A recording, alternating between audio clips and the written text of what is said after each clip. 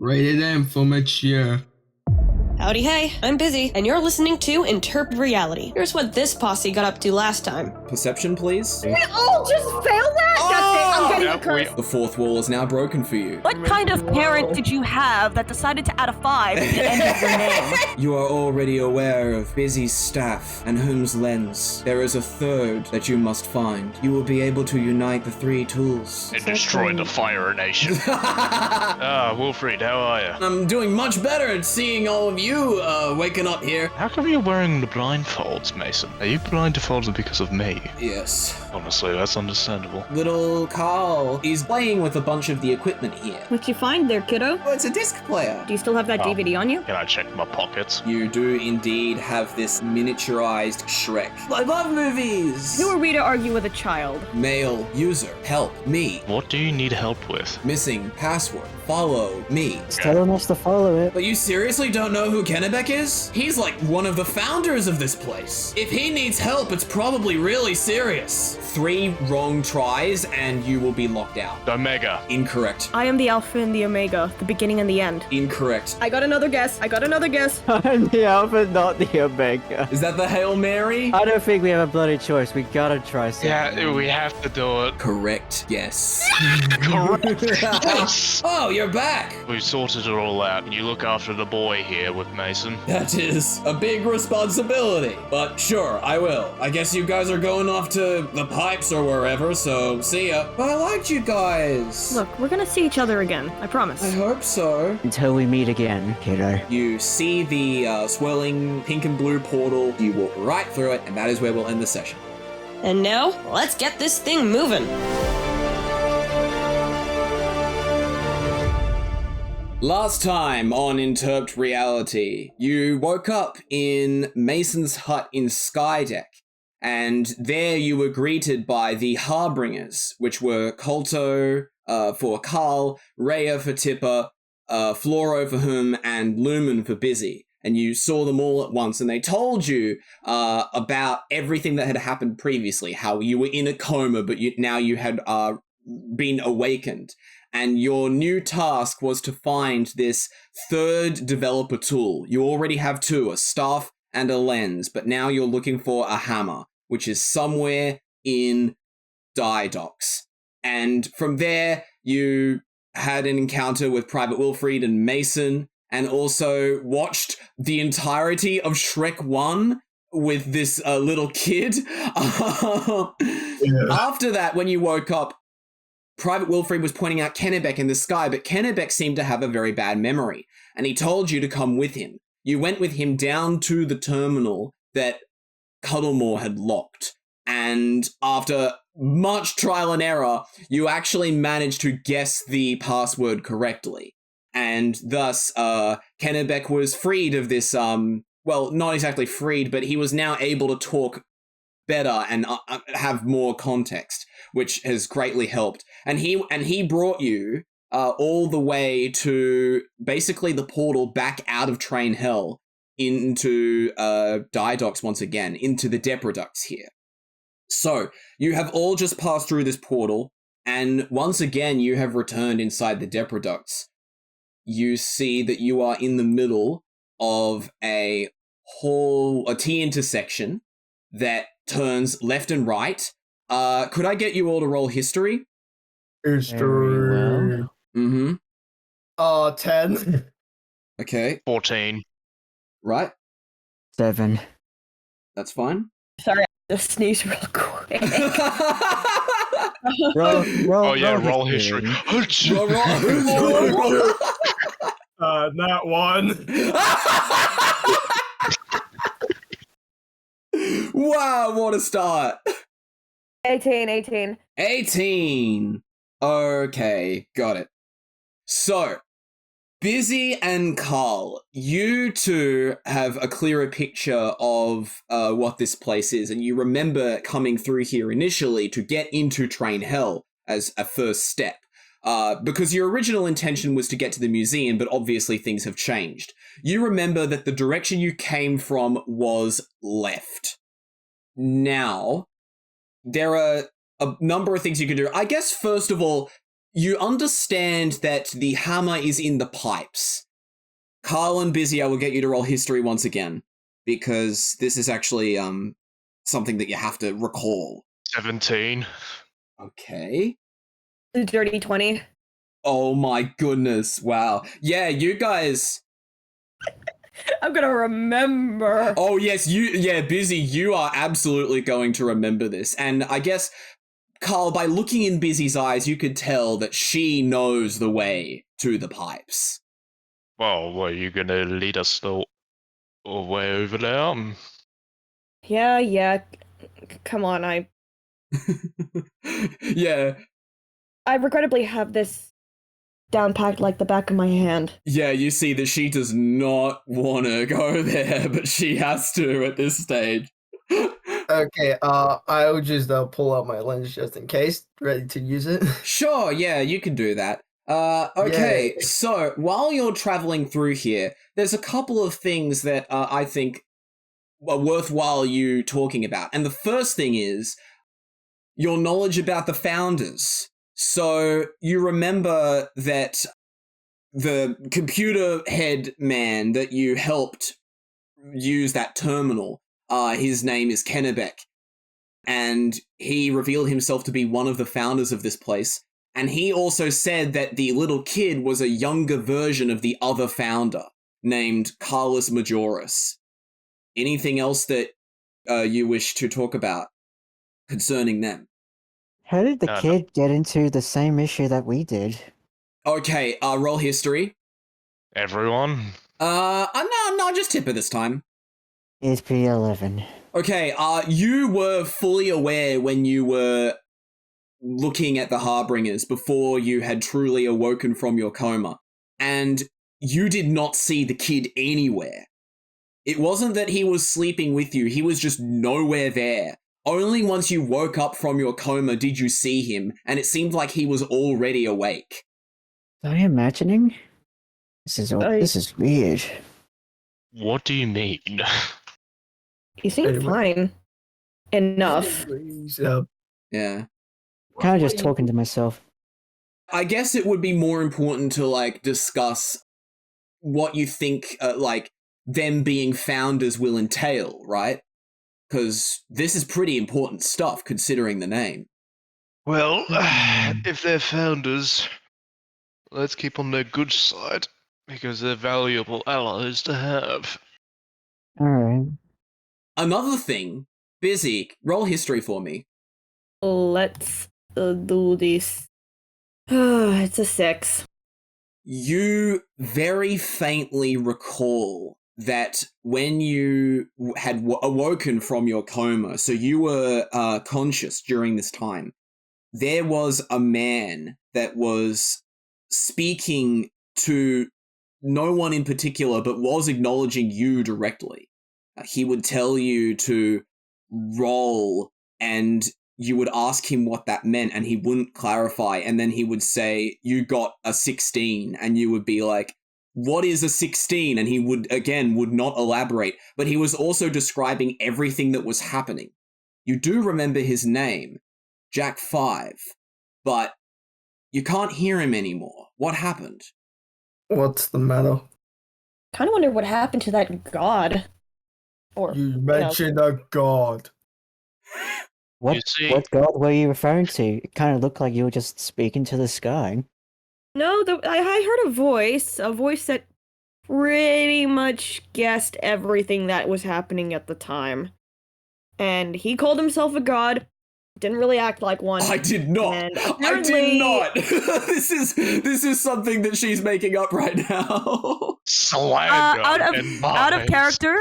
character, I have to tell you, this is everything Bizzy is saying. Yes. This is all fundamentally like one big joke Yes. that I'm trying to get through. Exactly. so- Exactly. I'm trying to Okay. be funny. IRL, She so hard. misremembers. She misremembers. Yes. I'm trying to be grateful for my character. Yeah, because I said I told Bizzy. Unfortunately, I was not a god. That's what I said. Yeah. And she's only I think she's only saying that because she doesn't know what to call you. Yeah. Like, I mean, He didn't call himself a god. I call him that because what's an omnipotent voice up in the sky? Unfortunately, if he was some sort of god, his followers must have hated him because they named him with a number at the end of it, so I don't know. I don't know. They I'd could. like to I don't look know. They up could to be the pagan, sky. but anyways, gods don't exist. Yep. I'd like to look up to the sky and put the middle finger. Fuck you! Hold on, I'm gonna do a roll. I'm gonna do a roll right now. Ooh, you are lucky. Oh. Anyway. You bring up these conversation topics just trying to like distract yourselves from what's going on. When, as you're approaching what Bizzy knows is the entrance into the pipes, you see something that is sort of out of place. You realize that there's a table. It seems like a portable table and a chair that have been set up, and there's a bunch of random things scattered around the place. But the Chronicler is here. He's sleeping on the table. I have Is an that- idea. I have an idea.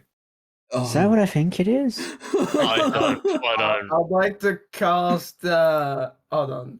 Frostbite in my hand in the shape of an ice in some ice cubes. Someone prepare a water spell and a bucket.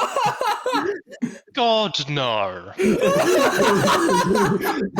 I want to give him the ice bucket challenge.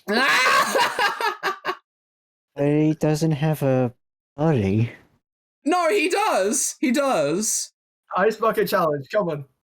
What he doesn't have is a head, because it's just a top hat with goggles on it. That's what I thought. That's And- what I thought. Yeah, and a mouth that hovers in midair. Yeah.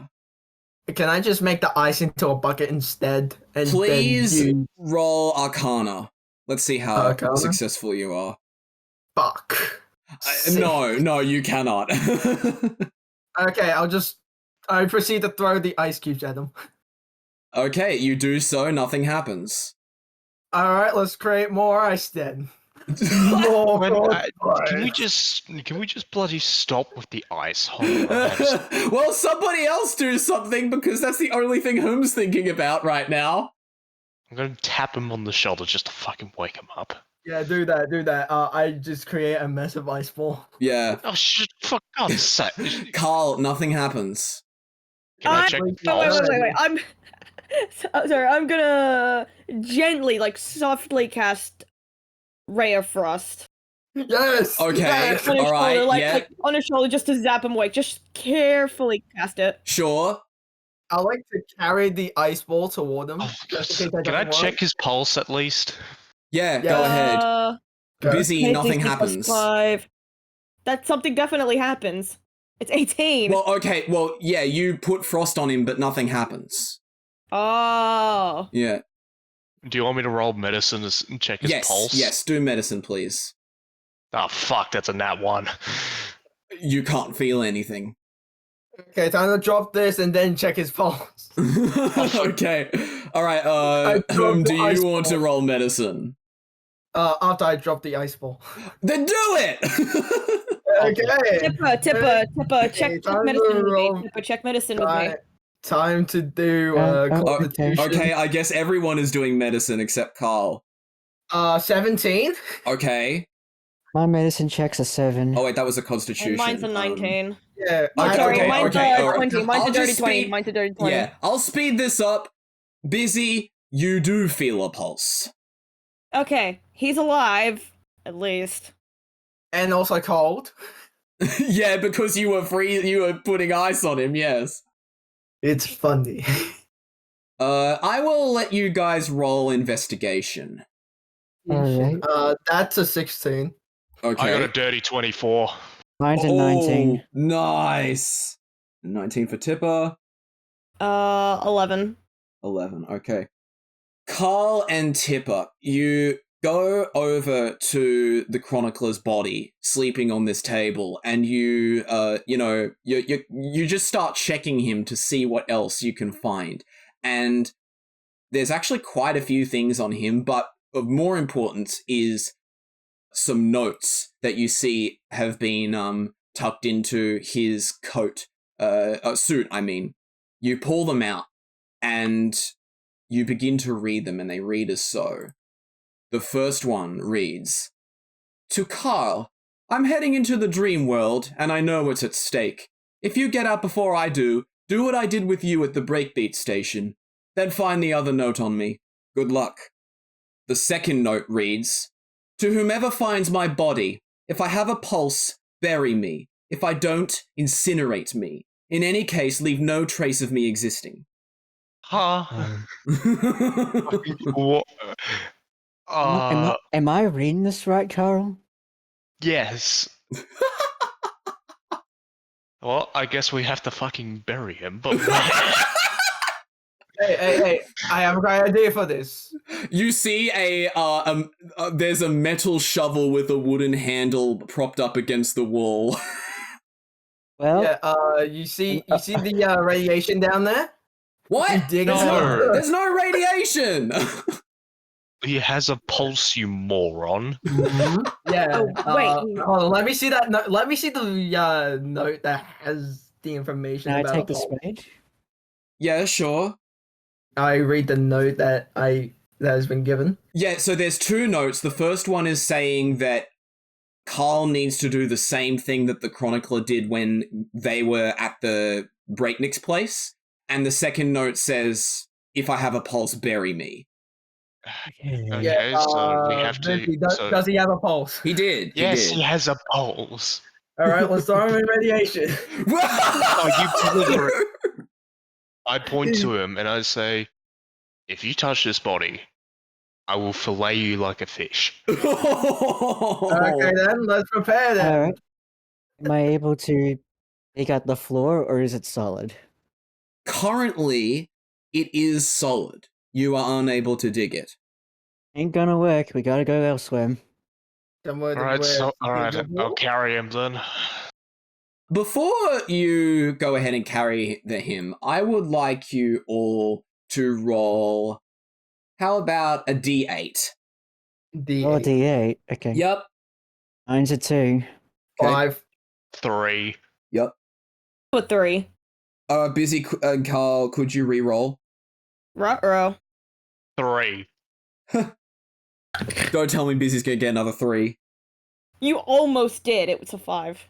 Bizzy, you've got to re-roll. You cannot get the same number as someone else. Brother! Brother, please. Please. Let me guess. Someone rolled a 2. Yes, Yes. Tipper did. I'm Oh about to dear. eat this goddamn microphone. Just keep rolling. You'll get Just it. keep rolling Surely until you get someone something did not different. roll a 4. Someone did not roll a 4, No, did no one they? rolled a 4. Okay. No one Oh my Okay. god! 5, 4, 3, I'm just 2. gonna re-roll anyway. Right. All right. So, Tipper, you remember that when the Chronicler would do that thing where he made you all stronger, he would, like, blow on his hands. Maybe there's something that could be done regarding that. Like, you weren't there when he appeared in the Breaknick's place, but you know that he did, like, blow on his hands that one time. You could probably produce dust in the same way. Karl, you recover from the Chronicler this light grey paper and a couple of gold ties. This is the stuff that you use to create parachutes of the dust. Bizzy, you find of interest the Chronicler's top hat. You're able to just take it off the body because it's not connected to anything. You know, it's this black, really stylized top hat with this gold band around it and these goggles that are mounted on one side of it. You figure that you would be able to look through the goggles. And you look at the wristwatch that is on the Chronicler's wrist, and you notice that it doesn't tell the time. Instead, just in the middle of it, it says time 2, and then there is a little window with what seems to be a rotating apparatus on which another word is displayed. So right now it reads time to go. Time Time to to go? go. So it's up to you guys whether you'd like to take these things that you found. Oh, fuck it, I'll take it. Okay. Is taking the Wow, grave robbing wristwatch. semi-dead man. Dead, he's asleep. And with a ice on him. So it's Grave robbing at this point. It's just theft. I can't do this to the chronicler. I'm gonna keep it where it was. Well, okay, no, Tipper, you didn't find anything. What you found was, like, you were just thinking about how to make the chronicler's dust. You can do it without taking that away from him, right? I'll take the parachutes. The parachuting equipment, okay, yep. One man's trash is another man's trash. Okay, Karl and Tipper, could I get you to roll Arcana? Oh, fuck, that's a 4. 7. Ugh, okay. Unfortunately, you don't know what you're supposed to do. You just have these parachutes. That's the extent of your knowledge about this. So, I guess time to get to burying. We gotta find Grass. a material that's soft enough to dig through. Bizzy, give me a history. It's a natural one. You have absolutely no recollection of where you could find a place like that. Your only concern right now is to get into the pipes, because that's apparently where you all need to go. Can I roll history for that? No. Fuck. I don't exactly know where that is, but I know for a start we have to keep going through the pipes. Yeah, let's bury him in sewage. Oh. Well, at least Tipper still has the shovel. So when you do find a place to bury him, you will be able to do that. So are we going to move on then? Let's do it. Okay. You begin to move further through the Depreducts. You're following Bizzy this entire time, and you see that she brings you into this place. Karl, you recognize where you are approaching, because this is somewhere that you had discovered with Bizzy as well previously. And she begins to walk into this place, and you see that as you're entering, the walls change from the grayish brick that the Depreducts is comprised of into this dark blue cavernous rock face. And it seems to take a more natural shape. However, you notice that the rocks are not, like, smooth. There are definitely rough edges to them, as, like, you might see, like, the corner of a cube poke out randomly in some places. That's something that is definitely something that you're observing. As you cross into the threshold of this place, Bizzy, please roll a d4. Yeah. That's a 2. Okay. You transform into 33% tiefling, but also this is, again, another time that the battery overcharges and your mental compulsion takes effect. Do I complete the transformation or no? Oh, wait, shoot. You have the battery. Oh, damn it. No, Yeah. You don't transform. What form are you in right now? You are full tiefling. Okay, so you don't transform, but your mental state does change. Before we get to the effects of what that's going to be, I'm going to say that now that you're here, this place is oddly pleasant. It's not a sewer like Tipper first thought. The pipes appears to be some kind of underground cavern that it possibly would be good for spelunking in. Oh. It's actually not too bad. Interesting. It only gets bad if you don't get to work on time. What's gotten into you? Bizzy, now that this mental state has taken over you, you are hearing this dainty little music in your ears, and it's making you feel oddly happy. Oh, wow. This is something that you've heard before, by the way. You've heard this before. It's the sort of, like, mental make light of a bad situation sort of thing. It's not actually real. It's just that you're hearing this music in your head. Wow. Bam, bam, bam, bam, bam, No, not that kind of music. I could just imagine Bizzy hearing fucking either your idol No, or not that Snowpop. song either. That's bad. That's a bad song. No, it's actually a good song, actually. Oh, you think? Oh Yes. my Okay, goodness. Okay.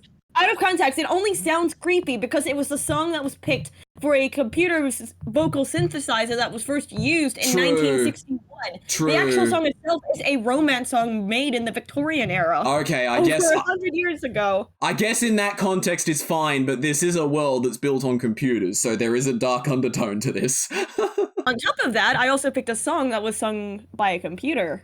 For the first time. Yes. In Yeah, 1960. so Bizzy is just singing Daisy Daisy to herself. Oh, what are you gonna do? Yeah. That one.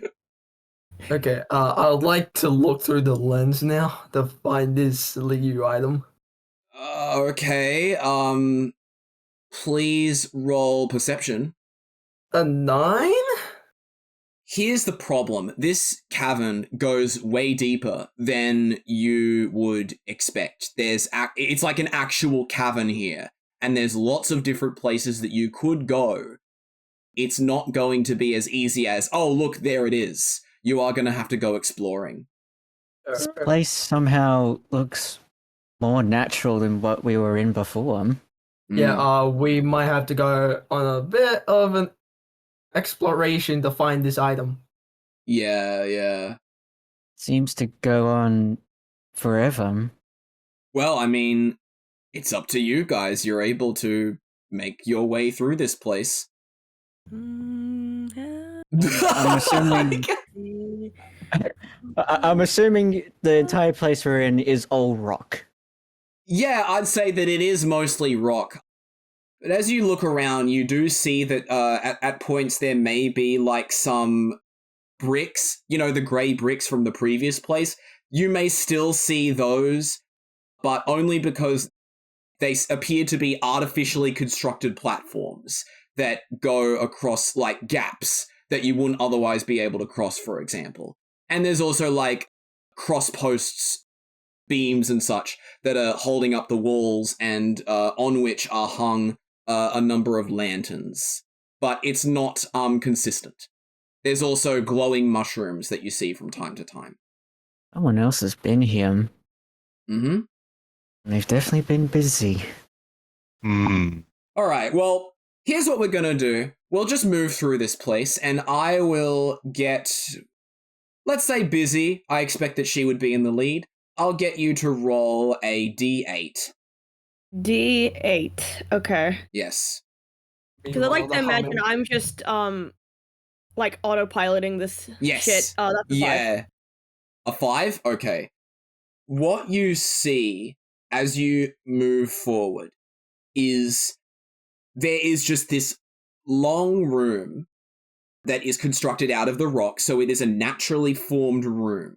You see that the floor through this place is flat. And you also see that there's a number of critters far away. However, the ceiling is the oddest part about this place because it appears to form like a snaking path, and outside of that path is a bottomless pit that goes upward. Oh, wow. Yeah. So you look up and you see nothing apart from that snaking path.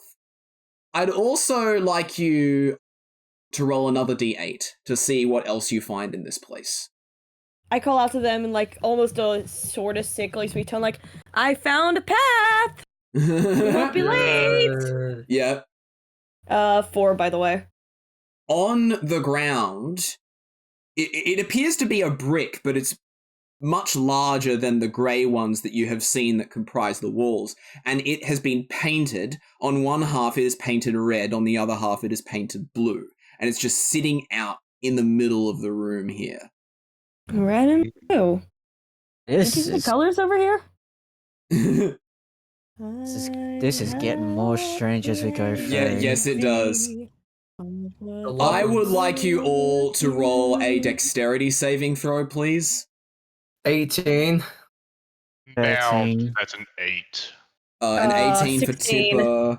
Oh no, 13 for Tipper. That's an 8, and 16 for Karl. Okay. No, 16 for Bizzy, 8 for Karl. Sorry. Okay. As you begin to walk through this room, all of a sudden you feel your feet, like the closer you get to this red and blue painted giant brick, you feel that your feet are losing contact with the floor, and you flip upside down and you land on the snaking path that is on the ceiling. Now remember, there are pits on both sides of this path. However, Karl, with your low roll, you also flip, but you are in an incorrect position, so you are forced to cling to the edge of the path at threat of falling in. Oh, Oh. Yeah. No. Okay, so this is a pretty precarious path, so what are you guys going to try and do to help Karl here? Because he's hanging off the edge of it. I'm gonna grab him by the wrist and attempt to pull him up myself, but obviously due to the fact that I'm not as tall as I used to be, it's Oh, gonna be a bit of a you are full struggle. tiefling. You're full tiefling, remember? But Oh, right, yeah. you're I go to weighed pull him down. That's what you are. You're weighed down by the battery, I'd say. Yeah, give me a strength check. Well, shit, that's a 6. Am I able to help? Tipper, give a strength check. By the way, Bizzy, you're like pulling him up and you're like, oh, come on. You know, you're doing your best, but everyone else sees that you are actually going further down. I rolled 14. Yes, okay, so Tipper, you grab Bizzy and you help her up. And now Karl comes with her. This is cold strength. Yeah. You're really No. strong. You'd definitely be a pretty big employee back where I work. Mm. Speaking of, you might want to step lightly, dear. Don't want to be late for work. Doesn't like it when people are late for work. Oh my So then I goodness. woke up again. Wrong with you? I walk up ahead again. Yeah. As you are walking forward, you're like very carefully traveling across this snaking path that you're now standing on. You see on the other side of this cave here that there is another one of these red and blue bricks that is just sitting on the floor. But as you are getting closer to it, you're passing by these creatures that were originally on the floor, but you now see them on the ceiling because you're standing on what was the ceiling. And they are made of just cubes. They're walking on the ground, shifting from side to side. It doesn't seem like their legs are able to move, but their arms randomly, just instantaneously, point up and then back down again. And they're just walking along. And as you are passing them, could I get you all to roll stealth, please?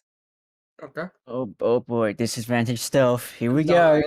oh, that's a dirty 26. Nice. All taking a disadvantage Wow. stealth, or is it only Some- Tipper? Tipper I got somehow 15. lucky. I got a And 15 somehow. Bizzy, what's your stealth? I got an 8. But it says 10. Oh, 10, right. I forgot my fucking +2. Okay. I'd say Karl, Tipper, and Bizzy, you three are able to pass by the creatures without, arousing suspicion. However, you are straggling behind, I'd say probably because you slip a little on the path.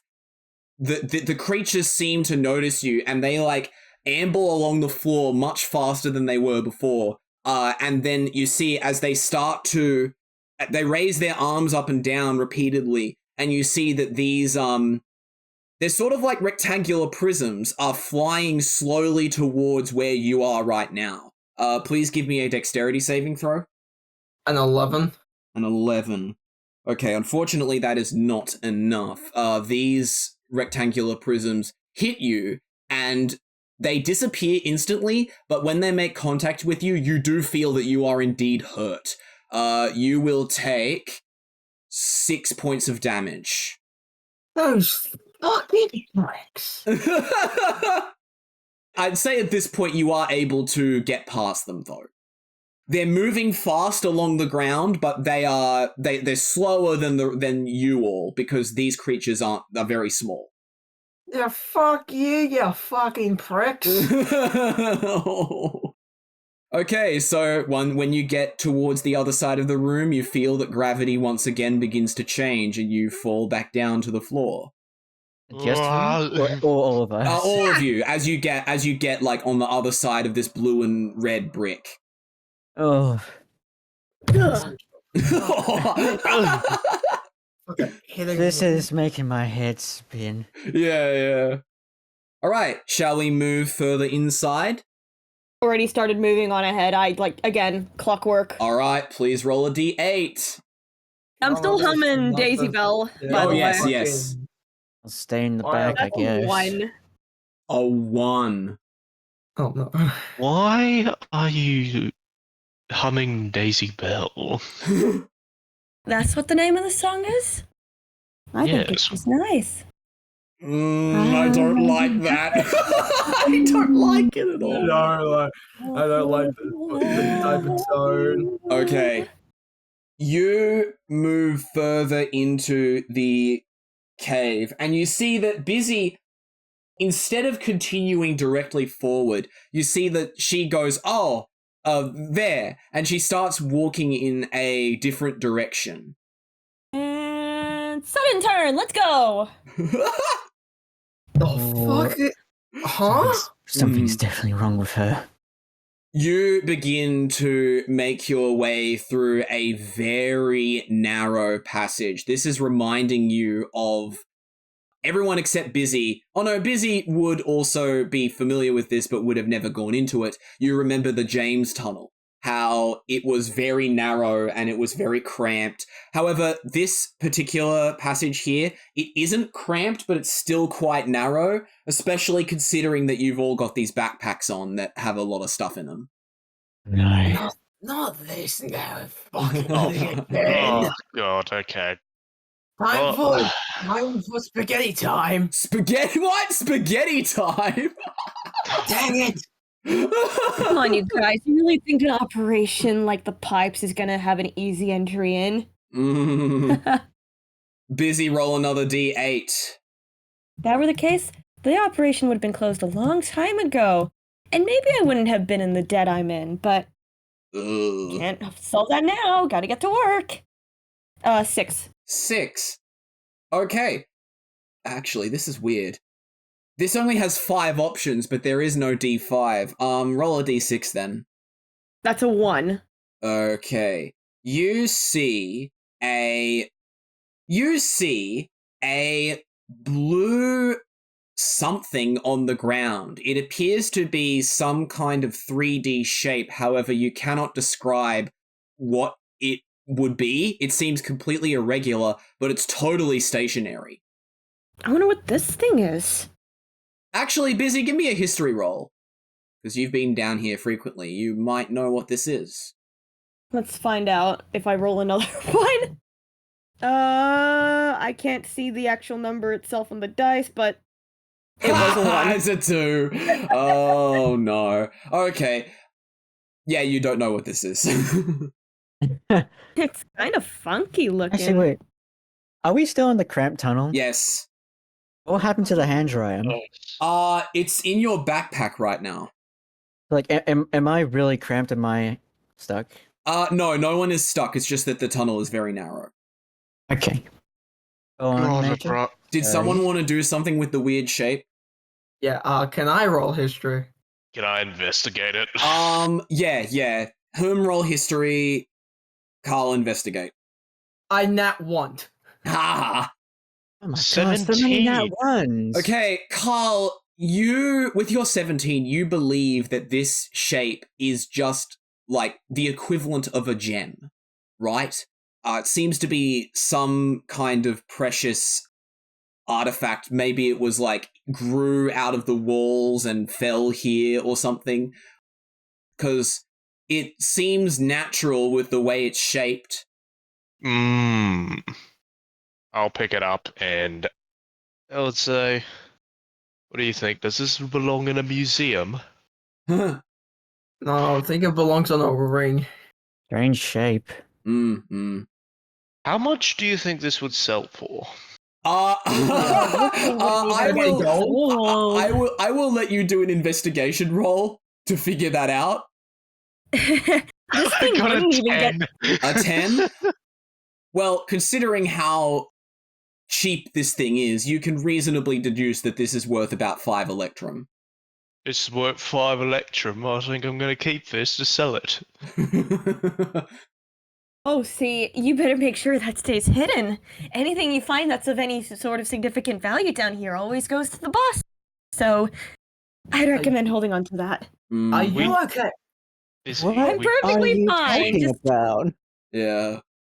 Bizzy, didn't we destroy your boss? Oh, silly Billy. That was my old boss. Didn't you remember? Oh no. I do that. I sort of go into like a shocked expression. Yeah, Alright, yeah. how long is this tunnel? Are we out yet? Yeah, I'd say that you've gotten out of the Oh. tunnel. However, I'm actually going to go against the D1 right now. We will get back to it, but for now, let's do something else because I want to pad time.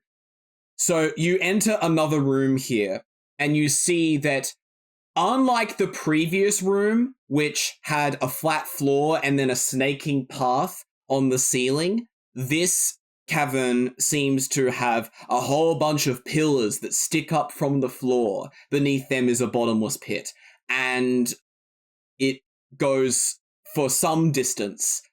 There's also quite a few exit points here.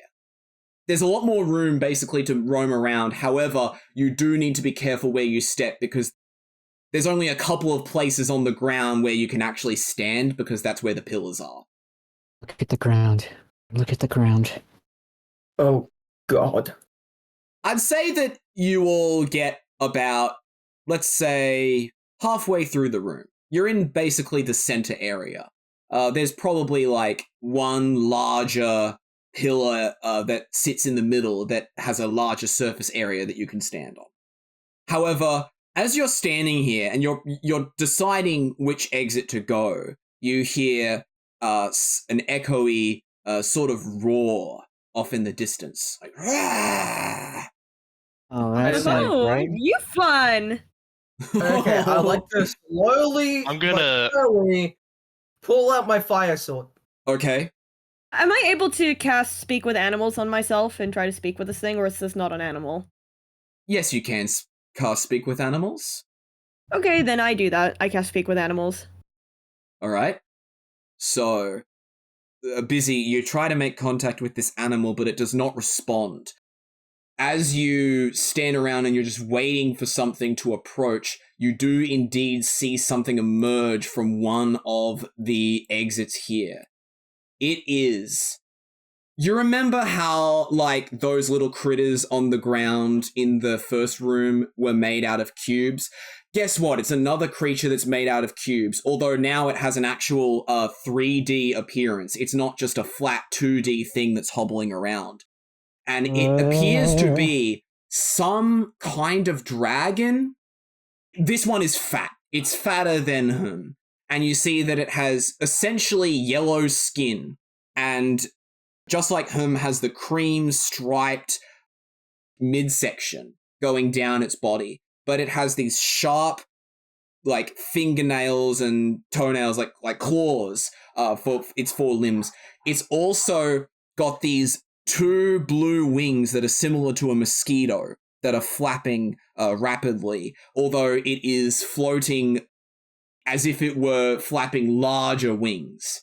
And you also see on top of its almost spherical head, it has this light blue helmet with dark blue ridges going around it and what appears to be spikes coming out in the top 2 area. It's actually quite similar to Tipper's helmet, but only in superficial resemblance.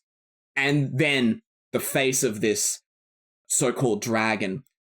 tall and beady black eyes, 2 nostrils, and the goofiest smile that you have ever seen. That is just like a simple grin. Not mouth is not open. It's just doing this grin, but you should not be able to see a grin that is able to stretch like that. Basically forming a U shape on its face. And it flies over to you and it's just sort of observing you from a distance. Hey. Oh, it's my cousin. Okay, can I give a grin to try and intimidate it? Let's get you to roll intimidation. Also, Bizzy, because you did speak with animals, would you like to try and converse with it? Oh my god. That's a dirty 24! Oh, I rolled 24 plus 17. for intimidation. Okay. Yeah, that's a 17 plus 7. All right. I'm still gonna try conversing with this. Yes. What are you going to say? What brings you this far along the pipes? You should be back in the main city. I think what it says to Bizzy is fresh meat. And it comes over, getting really close to you all. I need you to... No, actually, let's roll initiative first. Initiative? Mm-hmm. That's a 7. Okay. 19. That is 16. a dirty 23. 19. Karl got a 23. Tipper, what did you get? It was 16. 16. It becomes immediately apparent to Karl and Bizzy that this thing is looking to attack you. So, Karl, you are up first. I try talking with it like, you do realize that the only certain way you can get something to eat is completing and winning one of the races, right? I tried my best. They don't really give me a lot to work with, but I tried. I've got food in my bag, but that's all I can give. Yeah. I can't give any more. Karl, what are you going to do? Gotta stab it. It is flying right now, but I'd say that it is probably within stabbing distance. Let's do your roll with the Stanley's knife, I guess. 14. That hits. Damage? Oh, that's a 5. 5. Wow. Okay, so you lunge forward with this knife and you plow it into the dragon here. Now, here's the thing. This knife is something that can easily cut through anything, but the handle cannot. However, as you attack this dragon with this knife, the cubes on it disappear. And because those cubes are actually quite big compared to the blade and the handle, you're able to push your knife in a lot faster than you would, and a lot further than would normally be possible. This knife is super effective against this dragon. However, with such a strong attack, this dragon is going to react. I'm not here to play knife. It is unsuccessful. Bizzy, you're up. I'm not here to play knifey spoony. Why'd you do that? He's obviously going to attack us, Bizzy. Like, there's no way around it. Hungry for a reason. These poor things don't get fed unless they win a race. I don't even know what to use. Yeah. To respond to Bizzy, I'll just say, well, you've got to crack a few eggs to make an omelette. Oh dear. I like to cast Fog Cloud, which doesn't have like hit DC or anything like that. Okay, I sure. know. It's mainly just a stealth spell. That's fine. We'll do Fog Cloud, yeah. I'll do that and I'll cast it around the creature so it'll disorient itself.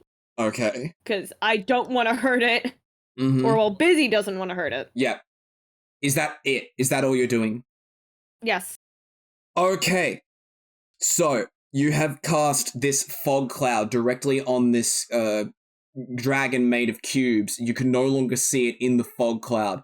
However, from the cloud, you hear the sound of breath and a dark blue mist pours out of the cloud and washes over all of you. I am going to need all of you to roll Constitution saving throws. Yeah, I would like to use a reaction. I Sure. rolled. That is a 19. I rolled 13. 13. I like to use shield as my reaction. But I need your constitution saving throw regardless. I rolled a 3. Oh no. Oh, let's go! Dirty 20. Nice. Okay. So, you are completely unaffected by this dark blue mist. Karl, you take... I got 19. I know, you take 1 point of damage. Oh, Tipper, okay. you take 7 points of damage. You feel a little tired. Bizzy, you take 17 points of damage. You are on the verge of going to sleep. Okay. The dragon chooses to remain in the fog cloud. It's your go. Okay, so Tipper I fell feel asleep. so exhausted. Alright, guess it's Bizzy's my already turn. like collapsed onto the ground, but she's like barely awake. Time for me to do what I think is right. I would like to do action surge for a second action. Okay. And I'd like to pull out my short sword as well. I would like to lunge toward the dragon, stab it with both my fire sword and my short sword, then do a flip into a shotgun shot. All of your attacks are going to be at disadvantage because it is inside a fog cloud. Or your hit DCs. That's fine. Try them anyway. Okay, Swift as fog. fire sword at disadvantage. Mm-hmm. You would not believe it? 21 to What? hit? Yeah. Yeah, that was a 16 plus 5 for the Yeah. short sword at disadvantage. That's a 14 at disadvantage. Yeah, those are both going to hit.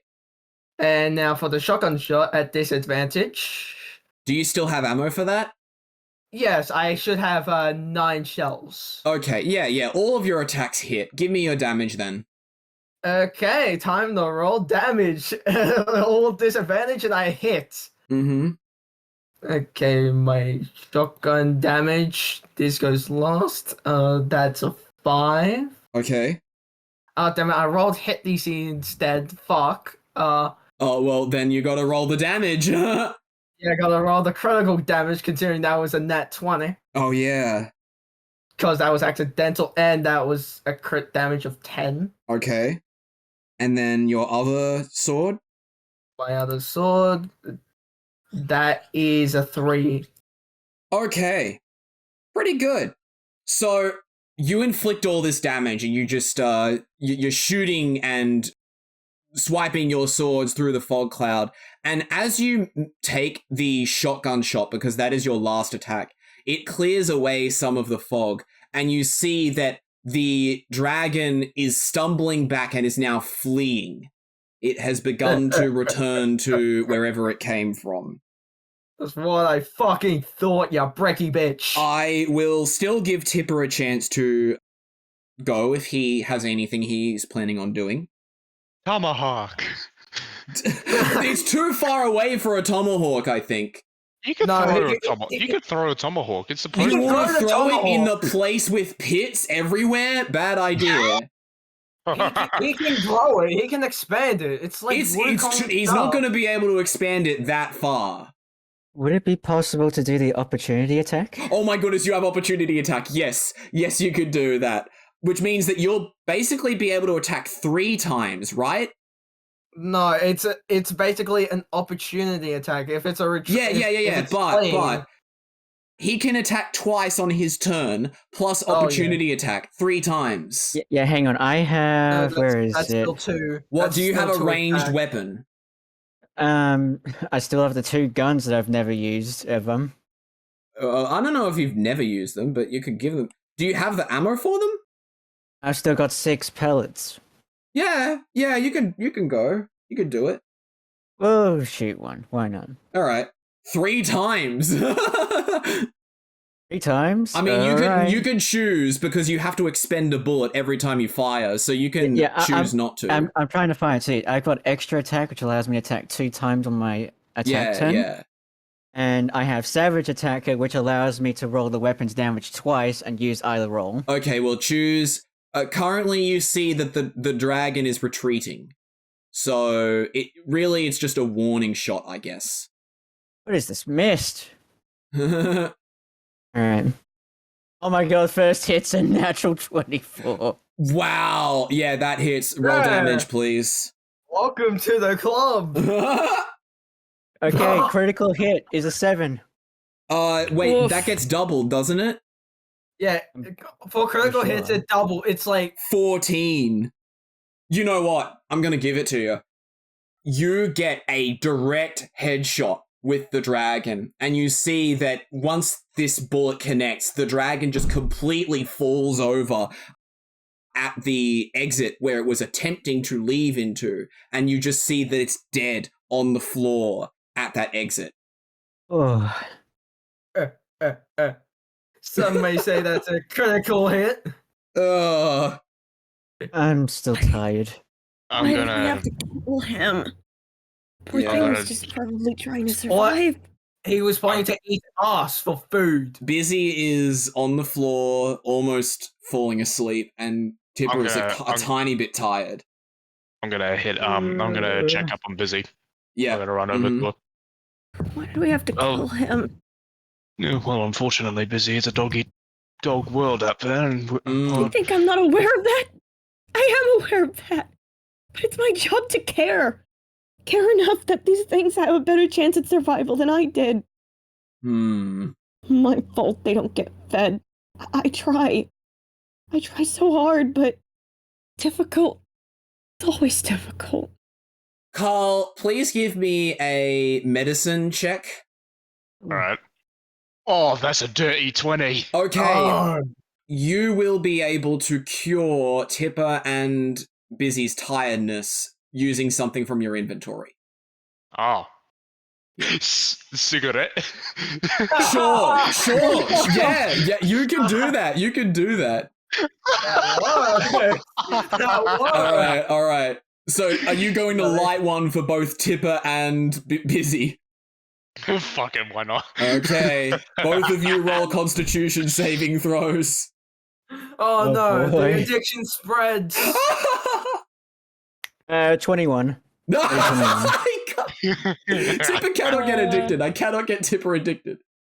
Yes. Do I also have I'm also rolling it. Fuck Yes, it. you need a Constitution saving throw. Well, it doesn't succeed. It's an 11. Unless it does succeed. No, that does succeed. Okay. Succeed. All right. Your tiredness is cured. Huh. How do you That's smoke what I this? needed. She doesn't like you, it. Simple Bizzy. It's called working in the iron mines for about a good 5 years of your life. I Surrounded needed by that. smoke most of my life, and I still don't like the stuff. Ugh.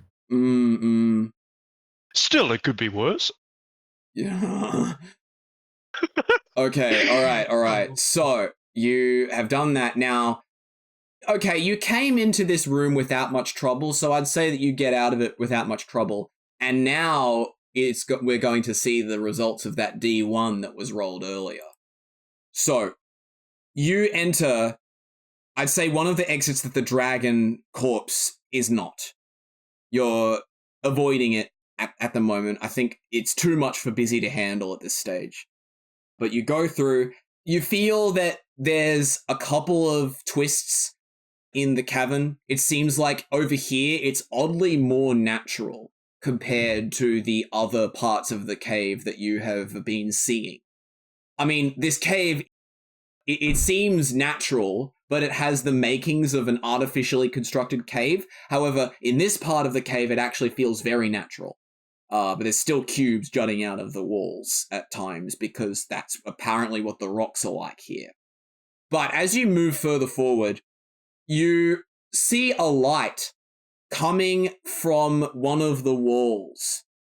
And as you approach, you see that there is a giant hole that this rock wall is like spread around. And, well, first, in front of the hall, there appears to be some machine. It's like this metal box with a black display over the front of it, and you can hear it humming slightly. But behind that, there is a visage of some tropical place. I don't know if you've seen landscapes in Africa, but it's one of those. You've got this tree with these extensive branches that spread out like it was stretched.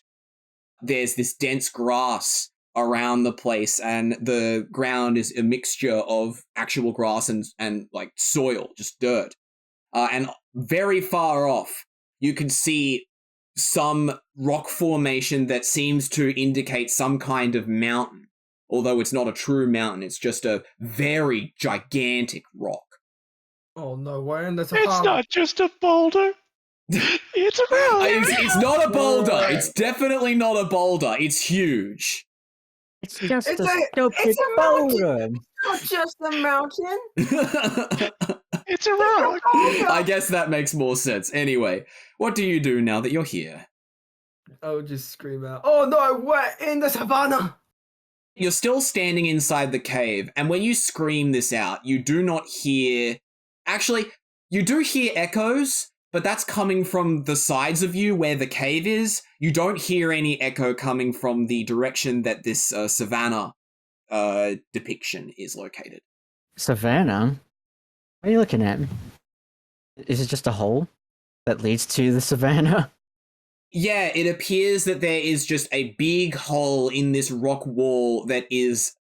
You know, in an aquarium, there's like a really big glass window. That's sort of what's going on here. There's this just a carving out in the rock, but it's a natural carving. And through there, you could see that there's just savannah on the other side.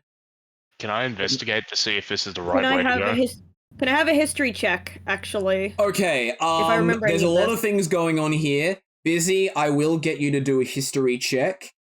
Karl, what did you want to do? Investigate to see if this is the right way. Okay, then do investigation. Tipper, were you doing 17. anything? 17. Can I try putting my hand through it? I will also get you to do investigation, Tipper. And are you doing anything?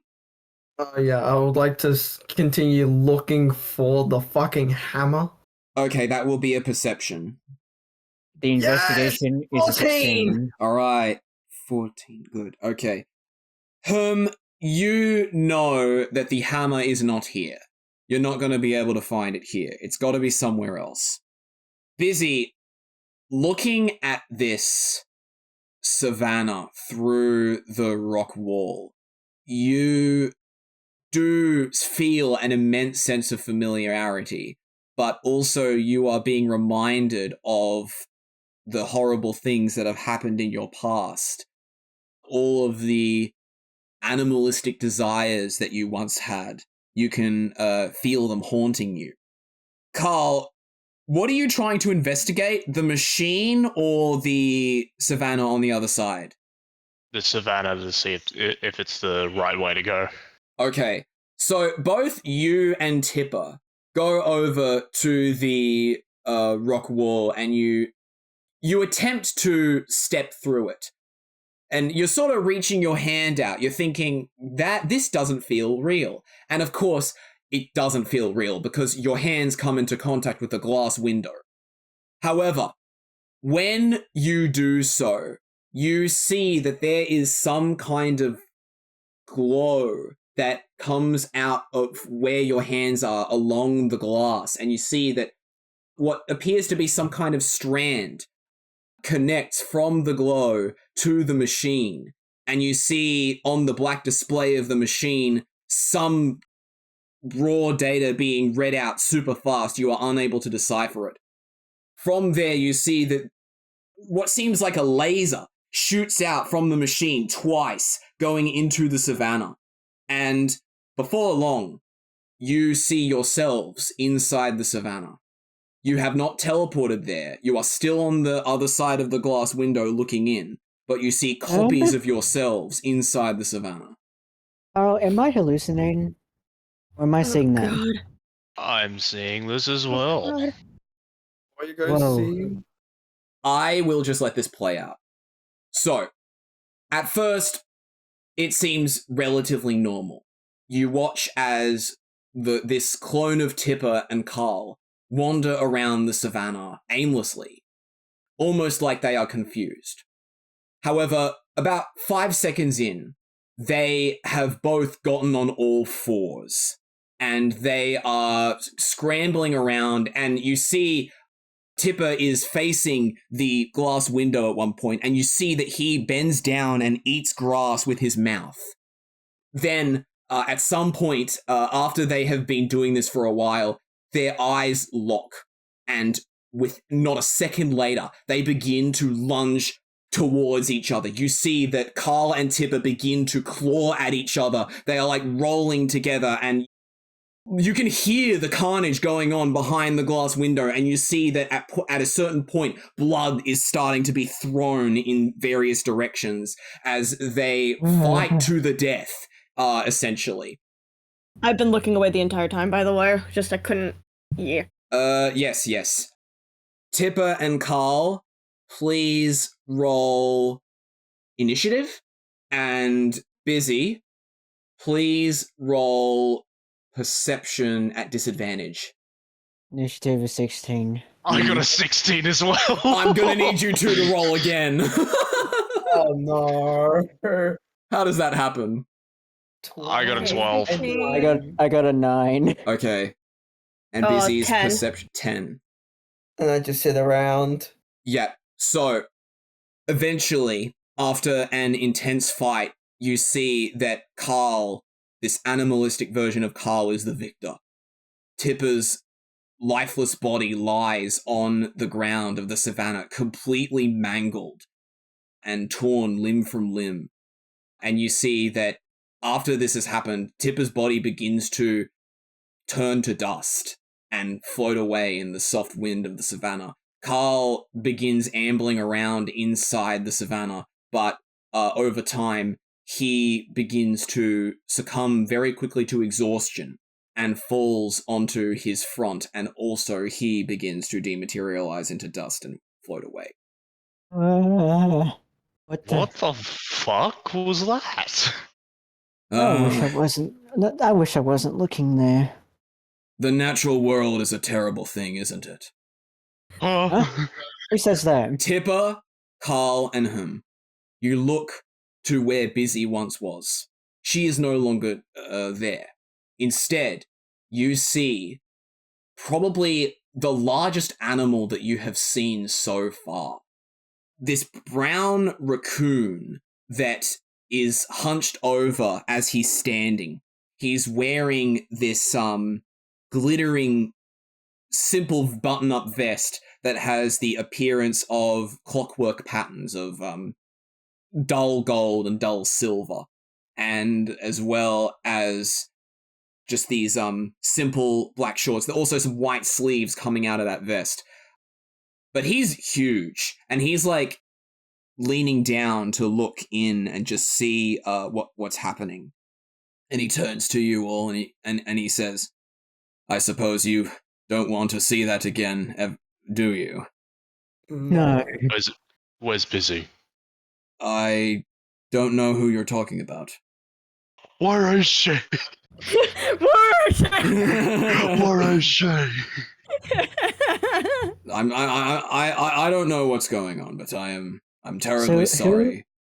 Who are you? Yes, my name is Tarsus. Pleasure to meet you all. He reaches out his hand. It is a large hand. I'd say that like two of you are able to shake it at a time if you choose to. I am going to try and look for Bizzy. Okay, give me a perception. I'll try to shake your big friend. Well. Your big hand. Yeah, you shake it. Karl, you don't see Bizzy anywhere. What are you doing? I'm shaking his hand. Okay, so Karl is just super preoccupied on Bizzy. At this point, Tarsus seems to turn his attention entirely to just Tipper and him at this point. And he goes, "So what are you doing down here in the pipes?" We're searching for a Liu item. Oh, interesting. That is quite curious. I've never heard of this thing called Liu. We're trying to find a hammer. It kind of looks like a relic. A sledgehammer, to be exact. Oh, okay, a hammer. I think that I may know where something like that is. Although it might be a bit difficult to get your hands on, but I could arrange for something to have happen. How about you come with me and I'll take you there? Alright. You know where this relic is? I think I know the approximate location of it. It just depends whether you're lucky enough to get it. Oh. We're going to have to go gambling, aren't we? Yeah, I'm afraid that's the Karl's way. still looking, isn't he? That's the way of the dice, you know. Yeah, Karl, you're just looking all around the room. You're completely ignoring this large raccoon man. You cannot see Bizzy anywhere. What did you do to Bizzy? I don't know what you're talking about. I came in here and there were the three of you. There was a tiefling cat here. A tiefling. She was a part of our group trying to find this relic as well. Oh. I'm also not entirely sure where she went. Yes. Okay, well, if she's looking for the same thing, then maybe she's where I want to take you. That's the most likely explanation. Or perhaps she just walked off, like she always did before. Makes sense. Okay, lead the way. All right, just hang tight, because these corridors can be pretty dangerous, you know. I'm sure you've already walked through quite a bit of this place already. Yes. Yes. Okay, just stick to me and you'll be fine. So Tarsus begins to walk forward through the pipes. You see that he walks quite slowly, and he's very large, so he's unable to go through the narrow passage that you all emerged from initially when you were coming to this savannah through the wall. But he is indeed leading you somewhere. Karl, you are currently off doing something else. Are you interested in following where him and Tipper are going? So were we in the same room as a machine?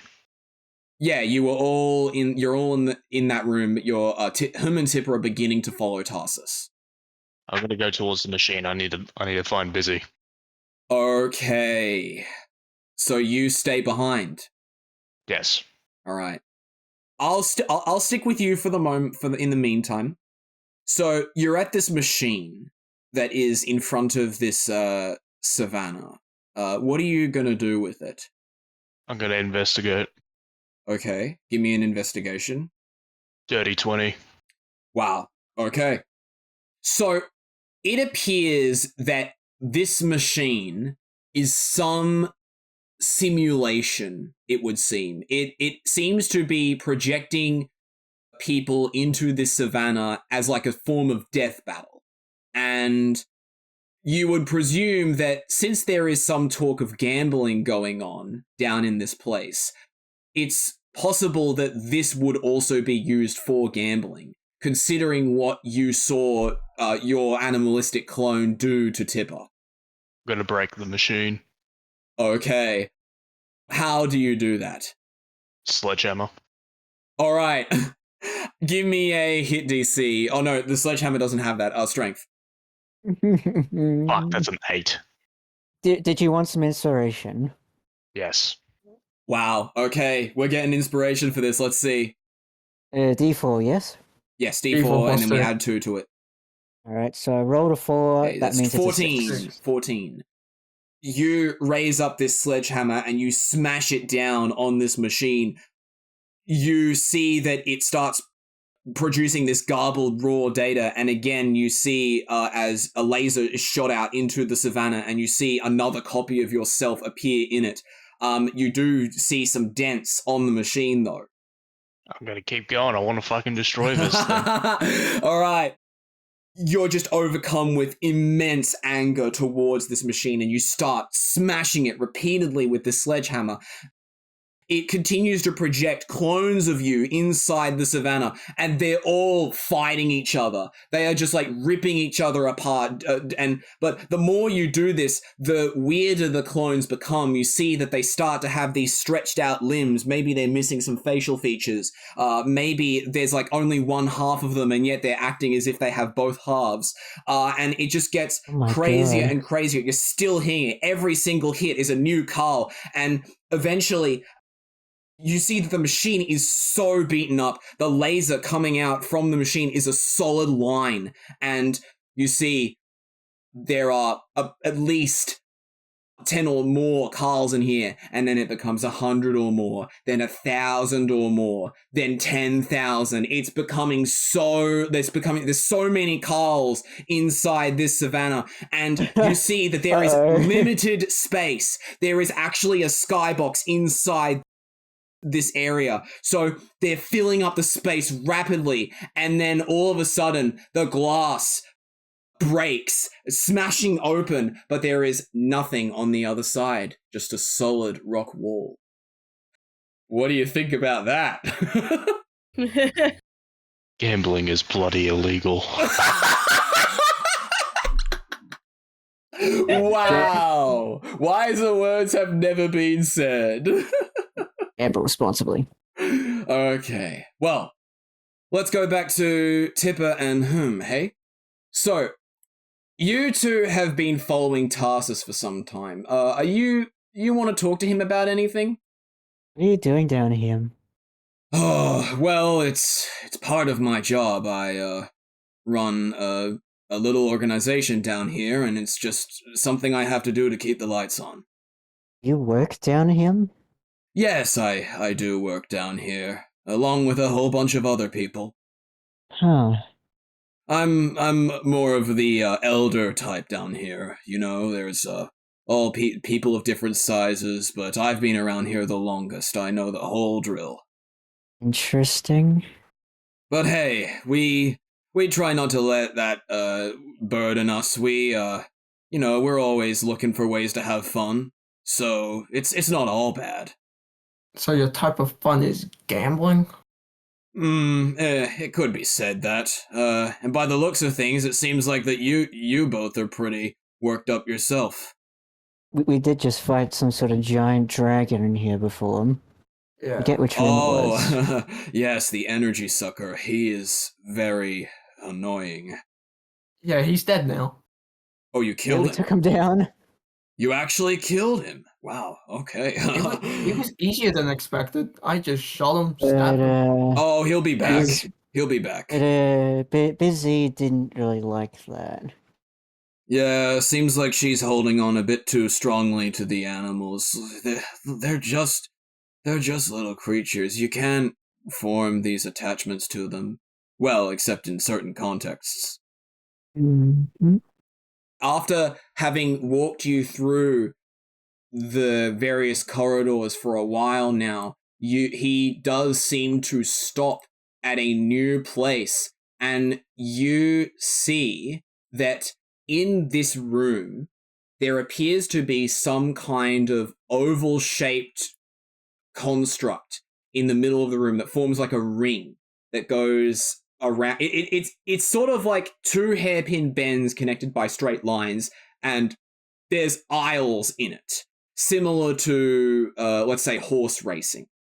And he goes, "Well, here we are, gentlemen. Welcome to the races. I think of this as my pride and joy, but only because I've been betting on these for as long as I can remember.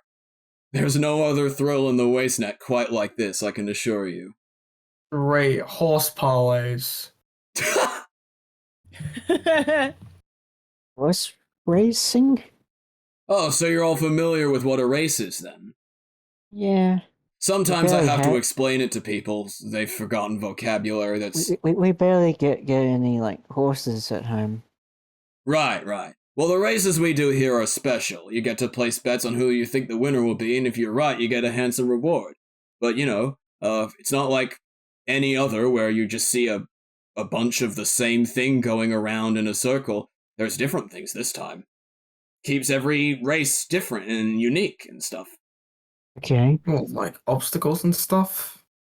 That's a great idea. Maybe we could put obstacles on the course. You Congratulations, said you gave the man ideas. I'm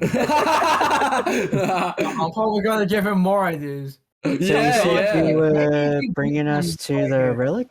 Get boosters or something. Make him go faster. Well, with I'm obstacles thinking as that well. the hammer is probably one of the prizes that we have here. So, I mean, really, What? you just... Yeah, that's what I'm thinking. I mean, I can't go in and just grab a prize for you. It has to be won. Okay. Am I willing to gamble 1 gold to get a hammer? You won't be gambling with just 1 gold for the hammer. Anyway, have a look at these here pictographs. He hands you a piece of parchment, and you see that there are some symbols that represent different animal species, but these are not species that you recognize. Yet. These are the characters that are going to be racing this time around. All you have to do is choose the one that you feel speaks to you the most. And also, there's no pressure on all of you betting on the same one. You wouldn't want to all be out of pocket, would you? Speaks with you the most. Yeah. Alright, I'd like to put on my mask and Okay. roll looking at these different species to see which one was Sure, the yeah. Although this won't be an insight roll, you will instead be doing investigation. No, actually, with Yurhum and Tipper, actually, I think you'll be rolling history instead. But I will Okay. still get you to roll advantage. Yeah, that's a 16. Okay. The disadvantage roll would have been a 6. 16 for history, and Tipper? 4. 4, okay. So, Tipper, you have no inclination of what you're looking at. These symbols are too alien to you. However, you do indeed have some recollection of some of these symbols. Remember when you were going through the Depreducts that one time, and there were those animals that you encountered that were like just sort of wandering around and scared by you at times? Yes. You see some of those animals on this parchment, as well as others that are probably also animals in that location. What I'll do is I'll give you basically a list of what you see on this sheet. You see what appears to look like some kind of robot vacuum. There's these... It's like a ball, but it has limbs. There's a fire in a spherical cage. What looks to be a tiny little plant with a sprout coming out of it. The face of a dog. Buddha heads with arms coming out again. Just pairs of arms connected together. You remember how you were attacked by those tiny little things that move their arms up and down and they were mostly flat? You see that on there as well. A pine cone with a single eye. Something that looks like a snail, but it seems to be fused with a conveyor belt beneath it. There's a rope, and there's also this spherical thing that has a long tongue. Alright. Time to read their win conditions. Oh no, the win condition is if they get to the end, the first, that's it. You can't overcomplicate it. Well, not win conditions, I mean the odds of them winning, like 1 in 1, 10 in 1, 100 in 1. Right, Those right. are like betting odds. You see, that's pretty difficult to quantify, considering that we work with so many different animals that you never really see the one kind, you know? It could be different depending on the race. I'm so confused. So, how many races have you guys hosted in total? Oh, I've probably seen about 100 or more. I've lost count. Okay, based on that assumption, I'm going to assume around 10,000 races, considering... No, how long did these races surely last not for? that many. Surely not. How long do these races last for? They're actually pretty quick. We only get them to do 3 laps around the course. How long does it take for a lap, specifically? That is actually dependent on how they're feeling as well. I'd say on a good day, you could see them go around in about a minute. Okay, good day, a minute. On a bad day, 3 to 5. Yeah, I'd say so. Mm-hmm. That means I had to lower this number down to, like, at least instead of, like, 10,000 to, like, 2,000 races. You're really complicating this, aren't you? Are you interested in giving it a shot? Now, here's the thing. For that hammer, it's not going to be as simple as just paying a single gold. That hammer is actually a pretty high up prize, one of the major prizes. So you're gonna have to bet something way higher for that.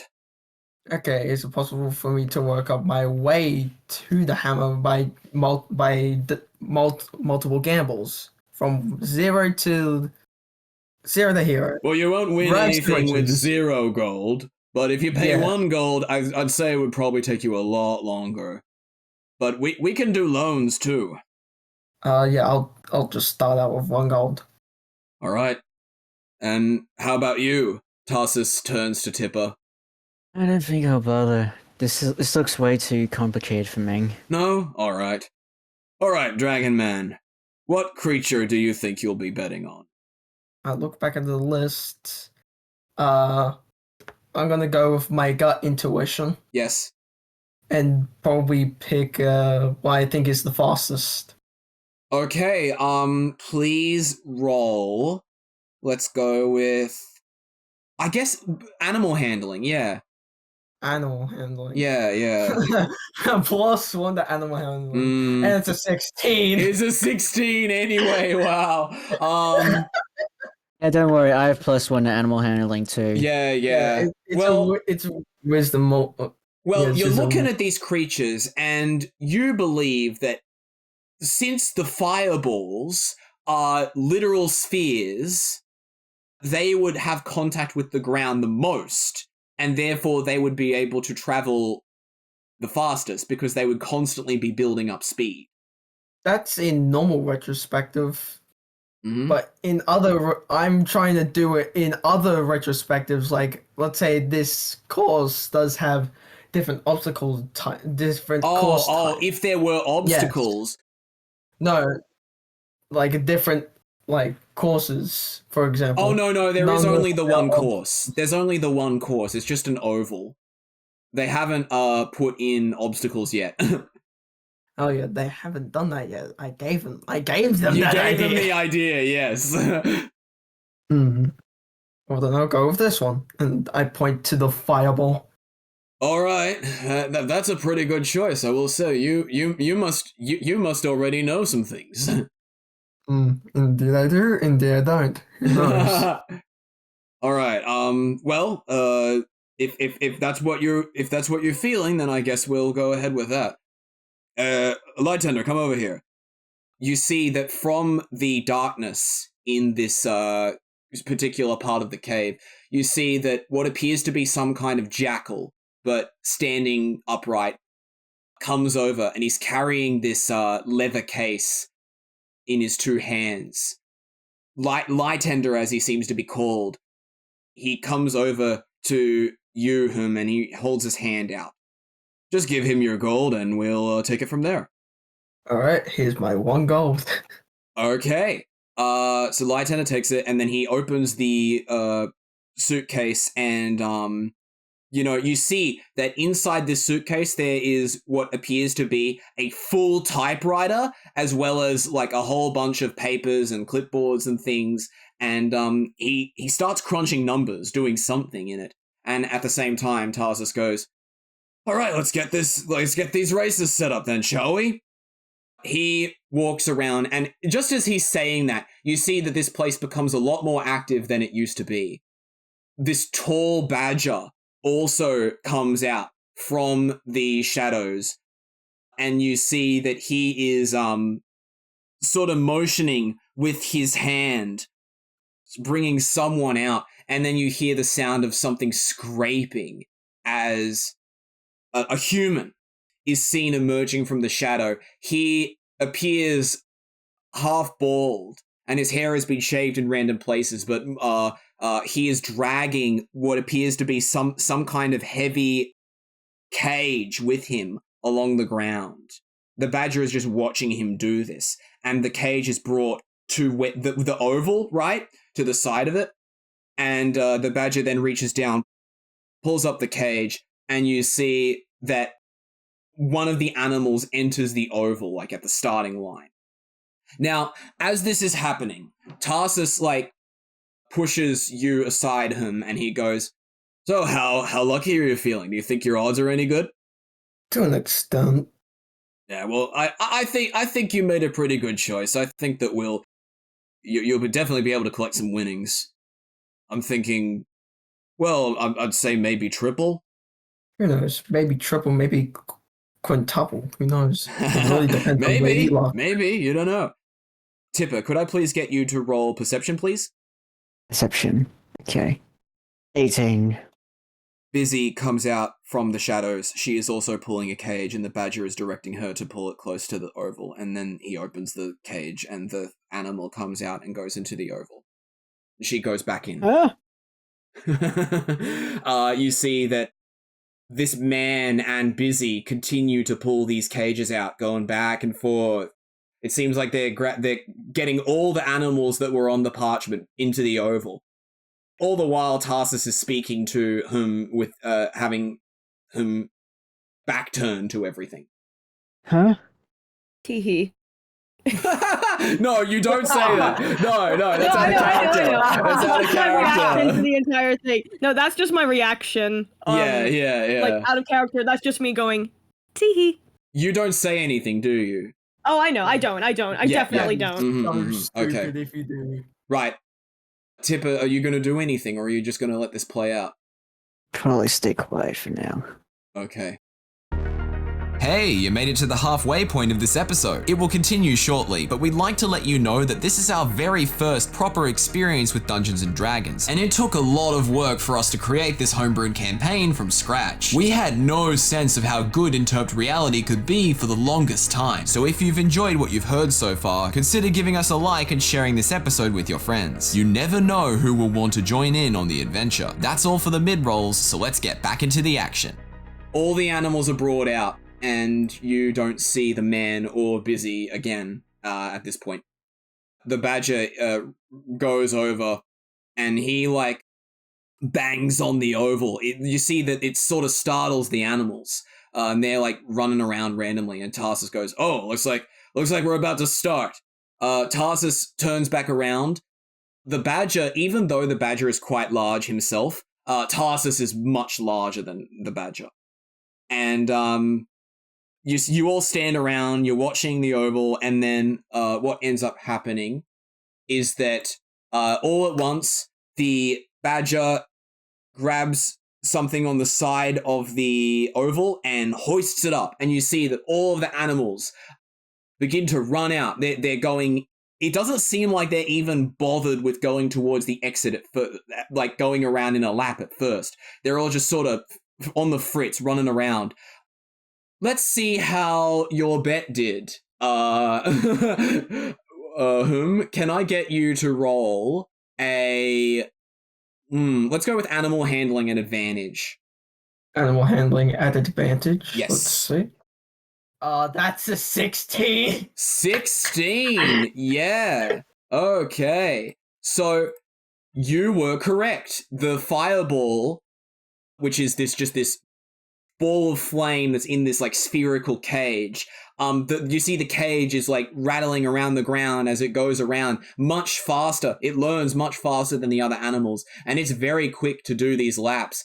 Now, there are several animals are straggling behind, and you see that the badger, with its both its arms, it grabs something on the side of the oval and begins walking around, pulling it with it. You see that there's this solid wall behind the animals. The ones that are not racing are being dragged along so that the fireball is able to do 3 laps. And it finishes its run, and you see, the fireball indeed is in first place. And Tarsus go, "Oh, well done. You actually managed to pick the right one. It's like finding a diamond in the rough." Let's see about your reward now." You see that Lightender comes back out, and without a word, he gives you 5 gold. I knew it was quintuple. No, I just add 4 to my total gold. Yeah. Well, how's that? I mean, that was just a simple run. If you want to have any luck of getting the hammer as a prize, you're gonna have to go big. Yeah, go big or go home. Mm-hmm. Where's Karl?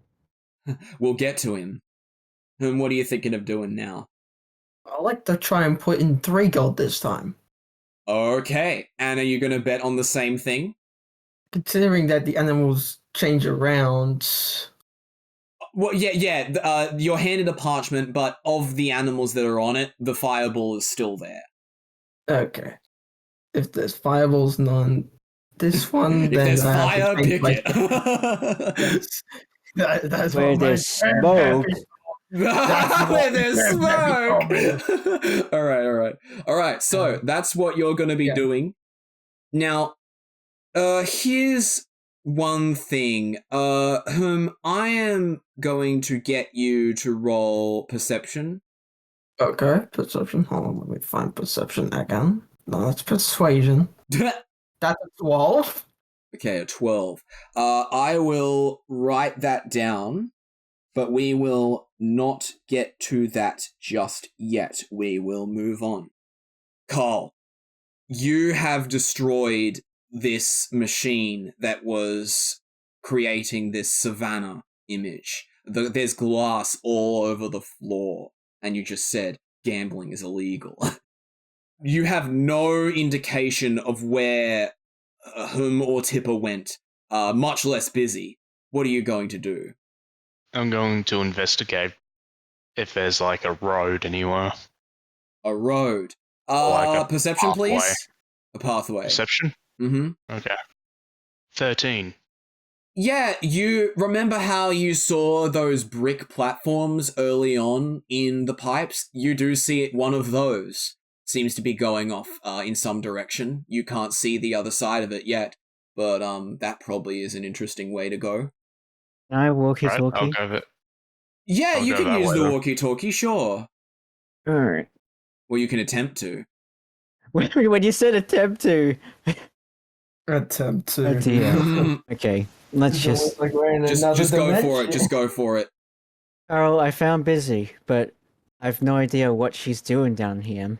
The moment that you hear Tipper vocalize the B sound, the walkie-talkie immediately turns to static. Oh, for God's sake. Anyway, back to what you were doing, Karl. You follow this brick path forward. Could I please get you to roll a D8? Okay. 4. Haha, yes, I was hoping for this place. So, you walk inside and you see that this room seems to be on some kind of angle.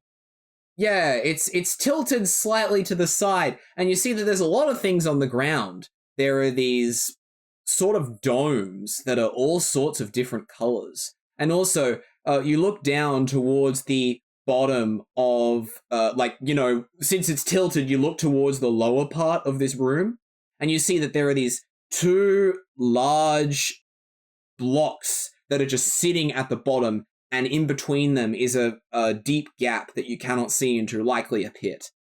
I'm going to get you to roll initiative. It's a battle time. That's a dirty 22. Okay. Dang. You suddenly hear a very intense rumbling like something was let loose. You run to the other side of the room and you look back and you see as a gigantic ball.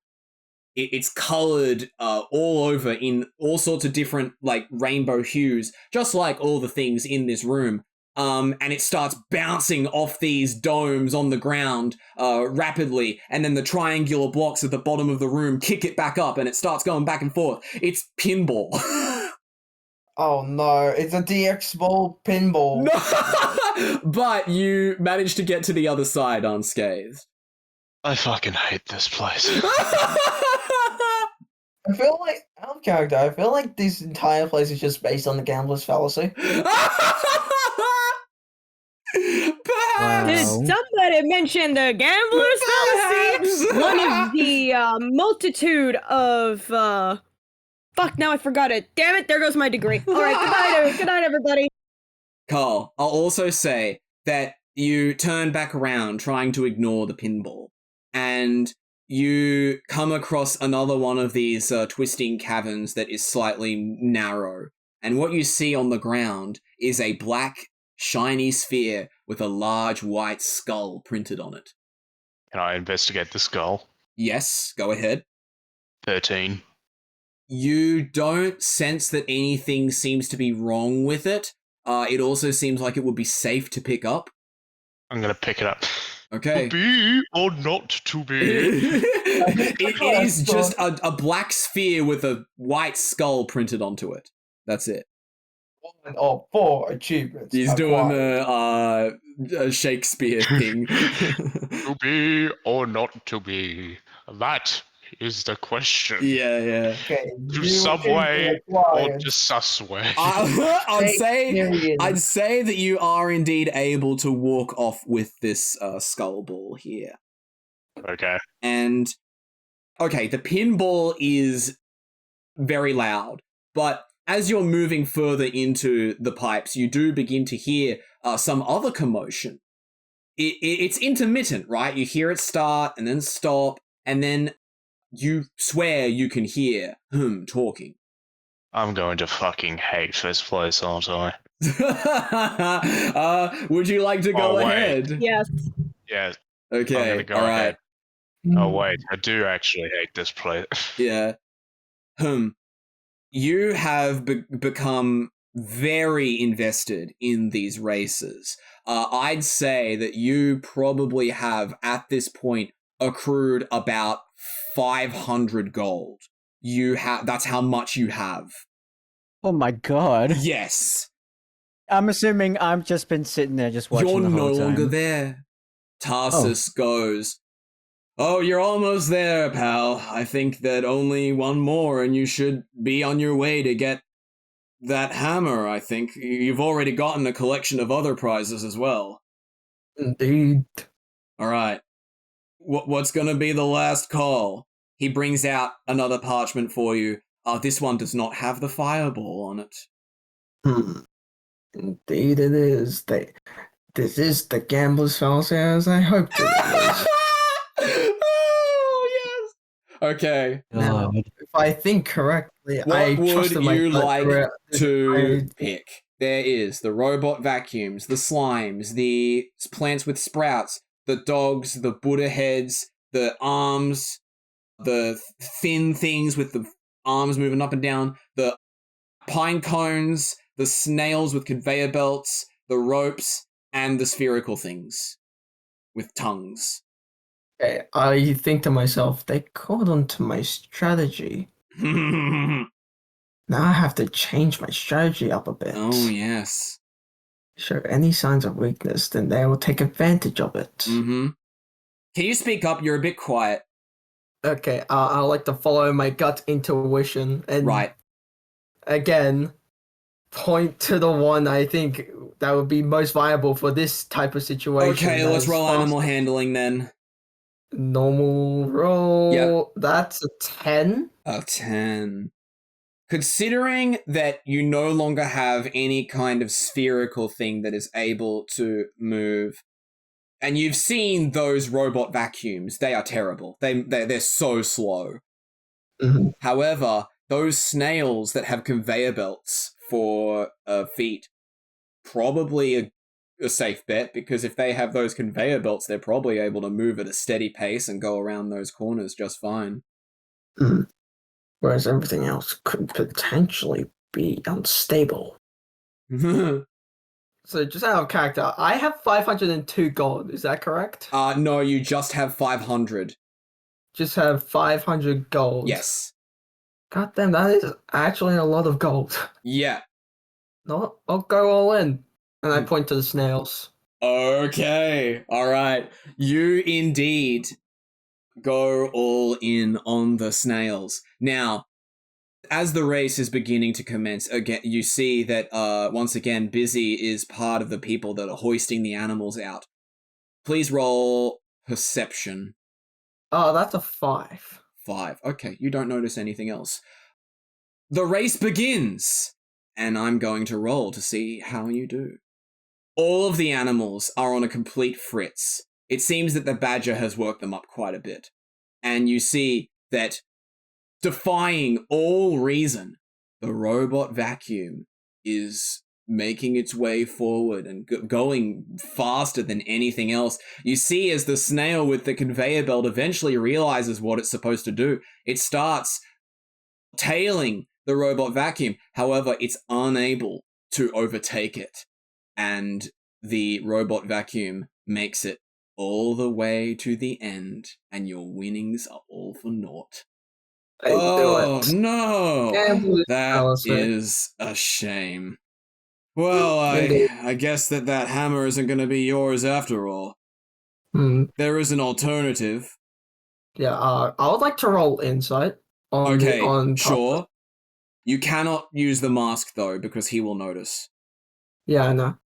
That's a 15. A 15.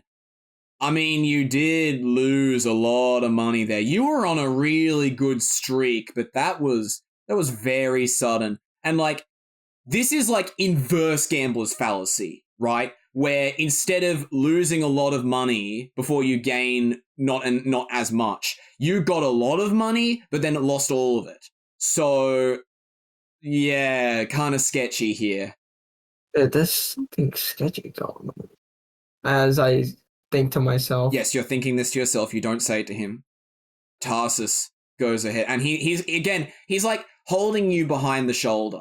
He's been doing this a lot, but like at first you sort of like let this happen, but now you're starting to feel uncomfortable as he does this. And he goes, So you did get pretty far there, and that is unfortunate to see all of that go away. So to sweeten the deal, I could pitch in some money myself, because I have a feeling of who's going to win, and I'll let you take the hammer. You better keep up on your word. I promise. I might have to do something. I for sure promise that's what will happen. Yeah, I would like to roll insight again on Tartus. Okay. To see if he's going to keep his promise. Let's see. That is a dirty 20. You are confident he will rig the game. So he's going to rig the game in his favor. When I say that, I mean he will rig it so that you will lose. But obviously you're just thinking about this, you're not saying anything aloud. And I'd say that because of that great insight roll, you now realize that you cannot see Tipper. Wait, where did Tipper go? In the meantime, Karl, you've gotten closer to what's been happening here. You heard all this commotion going on, and it seemed like there were a bunch of things happening. You've arrived in this room, and you see that Tarsus and Hum are standing with their backs to you. Tarsus has his arm around the back of Hum, and they seem to be in the midst of an intense discussion about odds and stuff like that. Oh, you bastard! You... Hey, Karl. No, Hum, please roll... Yeah, let's just do a d20, like a regular reaction here. Just a normal d20? Yep. That's a 10. Okay, so you turn around really quickly, and you are able to see everything that happens. You see as Karl has called out, and he's standing basically at the entrance to this place, when all of a sudden, out of nowhere, something that has the same colors as the cave walls, it must be wearing some clothes that make it blend in, it tackles Karl and takes him out of your field of vision. Oh, for God's sake. Tarsus does not react. They might have did the same with Bizzy and Tip. Okay. In my head, I came to a realization. Yes. You understand that nothing good can come from this, and you're rapidly losing party members at this stage. Can I perceive the area to find a secret way out if they're trying to encase me into a gambling It trap? doesn't seem like there is a way, like there's no concealing of any ways out. You see the entrance, and you could probably just leave, but do you want to? The way that you're pointing it like that, I'm going to slowly inch toward the door. There's no door, it's just like an open cave area. But is that where you wish to go? Yes, I would like to stealthily make my way out. Okay, you are first going to have to roll persuasion to talk to Tarsus. Okay, persuasion. Please don't fail. It did not fail me. 19. Go ahead and persuade him then. Tarsus, I'm going to go to the bathroom. Oh, right, yes. There isn't a bathroom around here. Sure. You can come back and we can discuss this again. Alright. You walk out. Nothing attacks you as you go out. However, shall you stop and just sit around and watch? Yeah. Say I do that. Okay. So you are peering out from the side of the rock wall when all of a sudden you realize that Tarsus is coming towards you. He doesn't see you, but he is coming towards you. I'm going to need you to roll stealth. Okay, stealth. Please don't. Can I roll again for a curse? Yes, you may. Let's get our first curse of the episode. That's a 27. Time for me to roll my stealth again. And it didn't work. Anyway, I'll stick with the 10. Okay, your curse is 30. I need you to roll a d4. A D4. Okay. A nat 1 on that D4. Okay, I'm gonna have to bump that up to 3. So, this is the history curse again. This is the second time you've gotten it. But this time, you are fixated on the history of the world you originate from.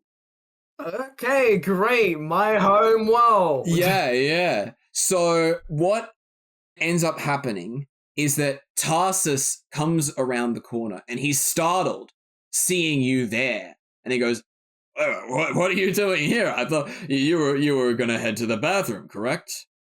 Mm-hmm. I intentionally did find one. That fast? Indeed. Okay. You gotta start talking to him about the history of your world. Oh, yeah. My world was founded right before I knew about this game. What do you mean get as in... wait, are you lying? That's a deception roll. Yes, indeed. Do a deception, please. Find my deception. That's a 10. Okay, Tarsus does not believe you, but he simply goes, okay. Like, he's just gonna stand around here for a little bit. And also, my entire homeland was liberated by a lot of hybrids, by a lot of humanoids. Right. Well, I mean, there's plenty of humanoids here as well. Do you mean somewhere in the wastenet? No. No. So you're not from around here. Interesting. Indeed I am. Please roll perception. I want to roll again for another curse. Oh my goodness. Okay. Oh my God. You kind of need it. Yeah, I kind of do. Let's see what you get. 69! Well, okay. We already had 69 a while ago, so you're instead... Oh, wait, what? We didn't. Oh my goodness. No, I got 67. Okay, you want to know what 69 is? You enter fast motion, meaning everyone perceives you as being unusually slow. Unusually fast. If I'm in fast motion, that means I'm faster than No. Fast motion as in everything else is fast motion. Sorry. Yeah. Oh. Okay. Yeah. Time to roll my perception. Mm-hmm. It's a better roll. 12. Okay. Everything being slow now in your mind. No, fast in your mind. You're actually able to pick out a bunch of noises that you otherwise wouldn't be able to hear because their pitch has increased. Guess what? You hear the sound of chain and metal things being pulled along, and also the yelling of Tipper and Karl that come originating from inside Tarsus's area. Hey. You basically, you guys are in cages. Oh, for God's sake, it's not the first time this has Where are you happened. taking us? I understand. I have a plan, Tipper, don't worry. Why do I feel like I got punched in the back of my head? Oh, wait. Hold on. Before anything else, Karl and Tipper, you hear this sound. Wait, you guys are here too? Oh no, don't tell me. Is that the Chronicler? No, it is not the Chronicler. You turn I know, I'm not in the direction. scene, but I'm like, oh. You turn in the direction of the noise, and you see the very clear silhouette of a cat inside another cage. Ambient? Yeah. It's you two. Oh gosh, What happened? I fell for this because I thought I would be able to work and like continue making money, but no. I probably should have followed Bizzy's advice either, because I would have been able to still be working, but now I'm just imprisoned. Oh, what happened to you? I got tackled, that's what happened. But I have an idea. I feel like my mind. do I I still feel have like my access eyes to went the completely screwdriver? blank as soon as I was trying to communicate with you. Yes, Karl, you still have access to the screwdriver. Am I able to lockpick? You could potentially, but you would definitely arouse suspicion, so I will get you to both roll stealth and sleight of hand. In the meantime, what are you doing? You've heard all of this. And Tarsus is still looking at you a bit strange. Okay, I'm gonna cast the message to Karl and say, "What's going on down there?"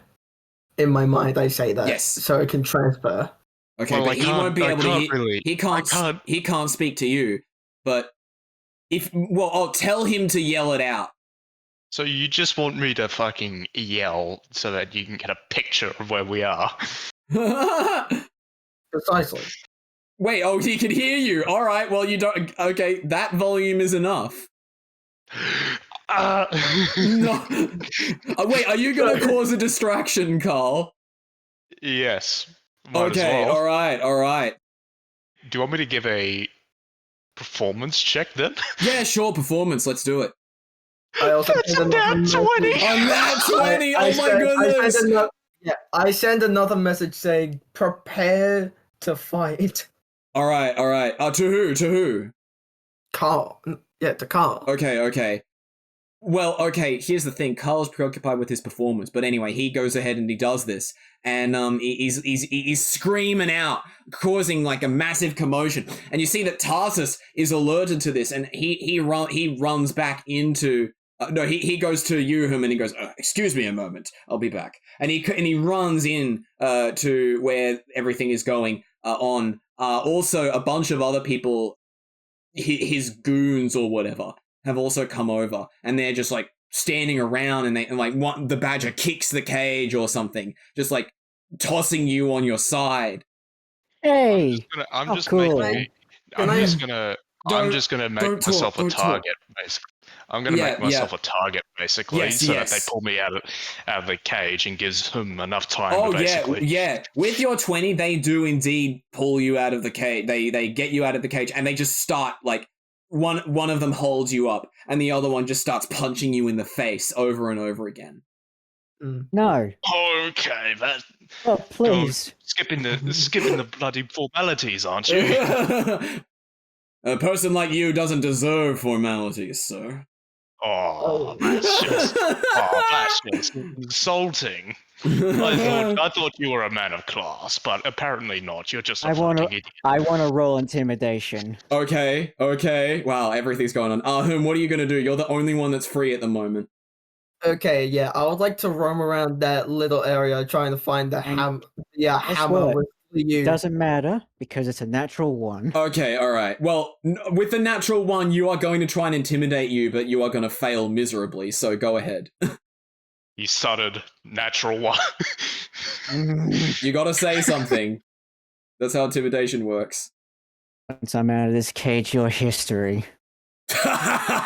Oh, Yeah. Oh, guy thinks he can rewrite history. You know what? Bring him out too. Let's lump him in there. Yeah. What? Tipper, you're hauled out of the cage, and you're held in exactly the same way as Karl is, like, the same person is holding both of you by basically the collar, and whoever is punching, I believe, oh yeah, I should probably introduce this person who's punching. It's a white tiger with a white suit also, but it looks like it's stained with alcohol. He is the one that is punching both of you repeatedly in the face. Can I do... No. Like, no. Hold on. You're looking for the hammer? Please roll perception. I was going to do a Liu thing, actually. To try and find it. Oh, yes, go ahead. I'm assuming all of our items have been 18? discarded. No, you still have your items, but you just don't have access to them at the moment. With an 18, you use the lens. You see this large club hammer with this big, bulky bronze head. There's this sturdy black grip lined with silver, and Tarsus has it. He is concealing it somewhere in his coat. The lens is showing you that is where it is. Found it. I knew he would try and hide it somewhere. Okay, what are the rest of you trying to do as you're getting beaten up? Are they armed? Do they have firearms? They don't appear to be armed. Oh, okay. Now that just makes it easier. Mm-hmm. So who am I closest to? So Obviously me. No. yeah, okay. No. In terms of like you're both being held up by, I'll say, the badger. The badger is holding you both up by the backs of your collar, and in front of you is this white tiger that's hitting you in the face. I'm gonna try and break free. Okay. Please roll, I guess, dexterity. No, not in the way that you might think. No? Oh. How are you going to do it? I'm gonna stab the badger. Oh, yes. Okay. And while he's stabbing, I would like to walk out and say, after he stabs the badger, Yes. you guys are done with your little scheme. Okay. I got my neck to intimidate them. Yeah, first of all, let's do the hit DC. Karl? Because again, this might not hit. 13. 13, that hits damage. Before I do the damage, I'm just gonna say to him, with a bloodied grin, I just go, there's one thing that you forgot. You forgot to do a fucking frisk search. Yes! And yeah, you do indeed stab the badger, like, directly behind you. This badger, he like cries out in agony as he feels himself be stabbed.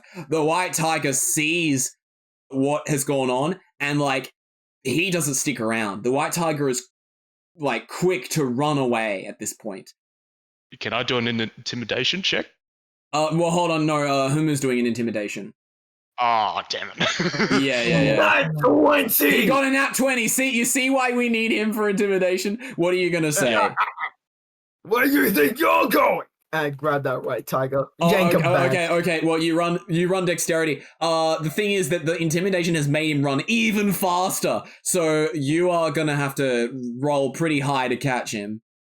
I'm not catching him. I got an 8. Okay, yeah, he's gone. The white tiger's gone.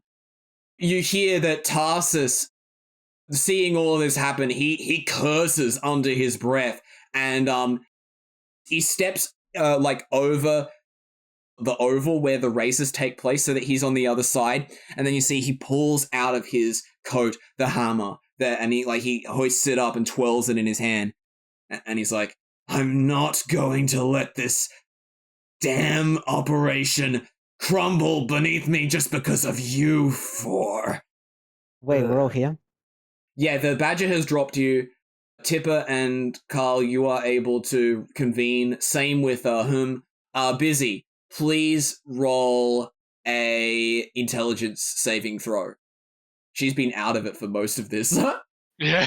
Wait, me? Yes, intelligence saving throw, please. Oh, Intelligence fuck. saving throw. I've been trying to listen out to when I come back into this, and I'm like, I missed the cue. Now it's you, yeah.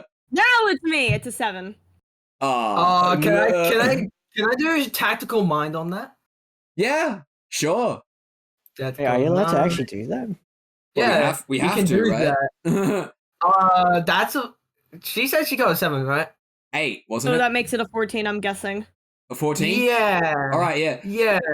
So, Bizzy, you snap out of your trance. You are not restrained. However, you do have the thing around your neck. I say to Tarsus, Fuck's sake! give us the hammer, or I will beat you up. Hey, An intimidating grin. Well, Hey. I guess I'm gonna have to beat you up first then, now, aren't I? Are you sure? Okay, wait, I DM, pulled DM. up my shotgun. Yes, DM, yes. DM, am I yes. holding anything? Am I holding anything? No, but I'd say that you are able to, like, your belongings are not too far away. Is there anything closest to my proximity that isn't my stuff? Like a shovel or broom or something? Yeah, a broom. Fine. A broom. Let's go with a broom then. And I grab the broom and I, basically unarmed. Would it be an unarmed strike? No, it's an armed strike. Armed Considering strike. unarmed strike is It would be or an gold unarmed strike, or yes. knuckles, or brass knuckles. Considering that's still Yeah, But I'm yeah. not using the brass knuckles, I'm using a broom. It's a broom. Yeah. It's a broom, yeah. Yeah. So Unarmed yeah, strike, you gotta unarmed strike, roll give me it. for a hit DC. 11. 11? Okay. I presume you throw it? No, I smack him over the head with it. You are too far The away to person do that- that right now. Javelin it. Javelin it. Yeah, javelin. Yeah, fuck it, I'll javelin it. All right. The other three of you see that this broom thrown like past your heads, and it hits Tarsus in the face. He goes, "Ah!" He's staggered. Now. You look over, and you see that Bizzy was the one that threw the broom. She's squaring up, but before anything else can happen, Tarsus just sort of grins, and you see that Bizzy now is like, she's wearing a shock collar, and she begins to be electrocuted for a very prolonged period of time. Okay. Initiative, everybody! Initiative. Let's do this. Oh, I'm gonna love this battle. Yeah. Yeah. 17. I'm about to tomahawk this dude right in the bloody face when I have the chance. Wait, no, Jack, I don't think they realize who this person is. Yeah, they may not know right now, but they'll find out soon enough. Alright, I rolled 14. Please give me your init roll again, Karl. I got a 17. And I have 7. 7. What is your init? It's an 18. An 18. I'm gonna need you to roll a D100, please. Wait. Yes. Can I? Hey, Jack, can I? That's a 69 again? Okay. Yes, Karl? Whenever we kill this sucker, can I? Huh! Can I do something like? Teabag? Can I do something before we kill him? We'll have to see. Guess what, you're first. Oh, not only is Tarsus there, but also wait, no, I'm sorry. I'm so sorry. You're not going first. The Badger is going first. So he is still sticking around, and he hasn't lost his sights on Karl or Tipper. So the two of you, he once again picks you up, even though he dropped you momentarily, and he thrusts you both into one of the cavern walls, right into like one of its rocky protrusions with like a cube, the corner of a cube poking out. Both of you are going to take, if I check your health, 6 points of damage. Uncanny dodge. Rough landing. Mm-hmm. Okay, now it's your go. Wait, Jack. Yes? I use uncanny dodge. What does that do? When an attacker you can see hits you with an attack, you can take a reaction to half the attack's damage against you, rounded down. Okay, well, it's D20 for reaction. Okay. That's a bloody 14. Yep, okay, Nice. so your damage is reduced to 3. And my turn. Yeah, Holmes I go. pull up both my swords, both fire and normal. Yes. And I'm Bow, the one that's not on fire, with frostbite, and I lunge toward Tarsus to stab him. Okay, let's see your hit DC then. Hit DC for both swords. Mm-hmm. 15 for the fire. Yes. And? Fuck. A 9. No, okay, only the first one hits. Let's see the damage. Let's see how this giant raccoon burns. 4. 4.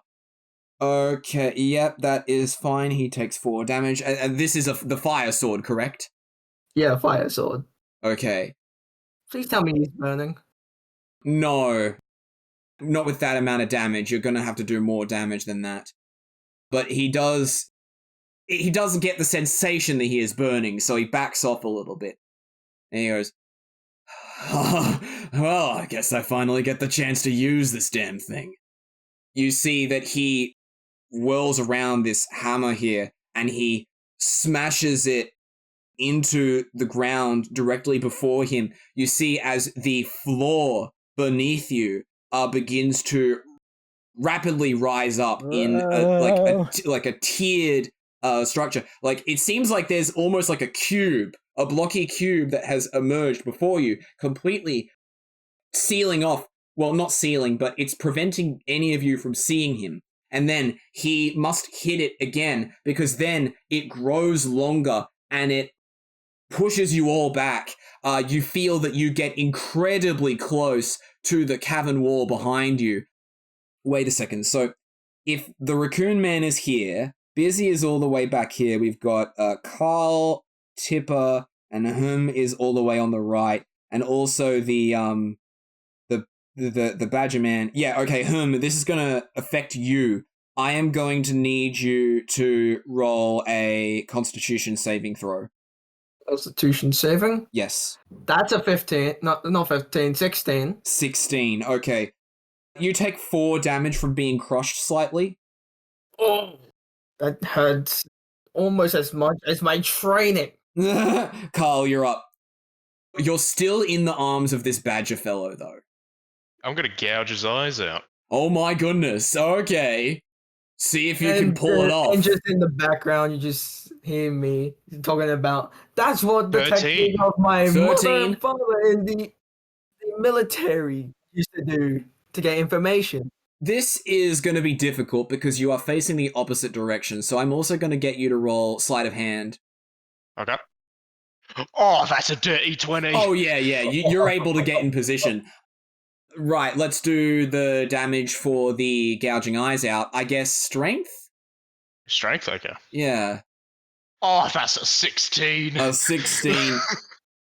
I'm going to say that that's going to be 8 points of damage against the badger. And he's, like, crying out in pain. But, like, you can't fully, like, gouge out the eyes, but you do press in a bunch. And he's just like, ah!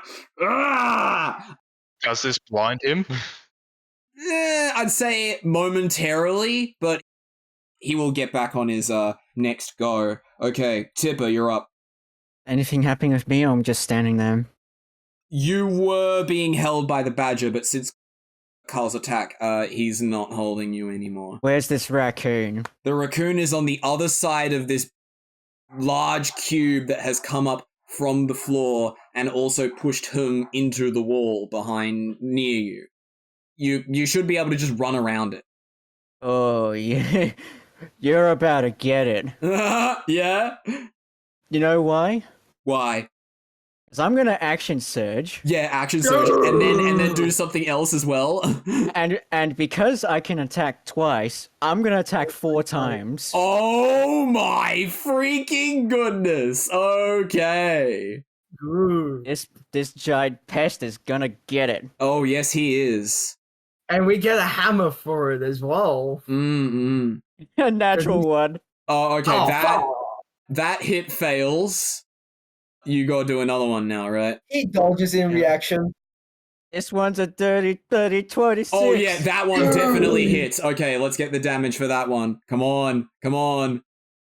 Critical hit. It's an 8. An 8? Wait, does that mean it's 16? That is 16 damage. 16! Whoa! Okay, and then you get to attack again, don't you? Yeah, 2 more times. Yep, two more times. 2 more times? Don't you mean 1? Oh, yeah, it's actually 1 more time. That's a dirty 24. Okay, not a crit, but still you're gonna hit. And then the damage. Damages are 7. Okay, 7. That's it, right? Okay. That is decent Okay. damage right there. I'd say that basically you were swinging around in just going in circles, holding this tomahawk out, just like spiraling around. And because I am more than what you look like, Mr. Yeah. Pest. Tarsus is too large to dodge it, so you basically just cut a really deep line in his gut directly across the front of his vest. It's not what's on the outside, it's what's on the inside. His abdomen is bleeding. Oh, you little freak. Bizzy, you're up. I ain't no freak, you okay. Pest. Am I still getting zapped or? The electrocution is just stopped just now. Fuck. Another thing, Bizzy and Tipper, you see that Ambient is still in his cage, and he's like hyperventilating as he's holding onto the bars, watching what's happening. I always this is hated for that you. part. What are you gonna do, Bizzy? Ambient, what the fuck are you doing here? Bizzy, please help me! Why are you here? I didn't know what else to do. This is. You can't keep talking to him forever. You gotta let him out of the cage. No, I mean, you gotta do your first business and then deal with him. True. Okay, what are we looking at with this thing? You could probably follow Tipper and you would be able to get to Tarsus, or you can attack the Badger along with Karl. 2-on-1 in 2 different scenarios. Well, actually, you're closer to the Badger because you were pushed against the damn wall. I'm gonna go after Tarsus. Yep. Well, actually, hang on. I look behind and I see. Okay, am I able to see Tarsus booking it or no? No, Tarsus is standing on the other side of this terrain that has been raised from the ground with the hammer, and you see that Tipper has probably been attacking Tarsus. So just go to where Tipper is and you'll find him. Okay, am I able to potentially try to get behind Tarsus? No. You cannot get behind him at this stage. You're too far away. You could just run up to him, but not get behind him. Could I lob a fireball at it? No. If you move into position, yes. Actually, no. I kind of want Bizzy to see this man suffer. Okay. I'm going to instead get close enough in range to cast Ray of Frost. Oh, okay. Let's hope this works. Hit DC! Please. Come on! 60! Yeah, I think that hits, doesn't it? What's the damage? Come on. It's a 10? Let's go! Yes, a 10. Okay.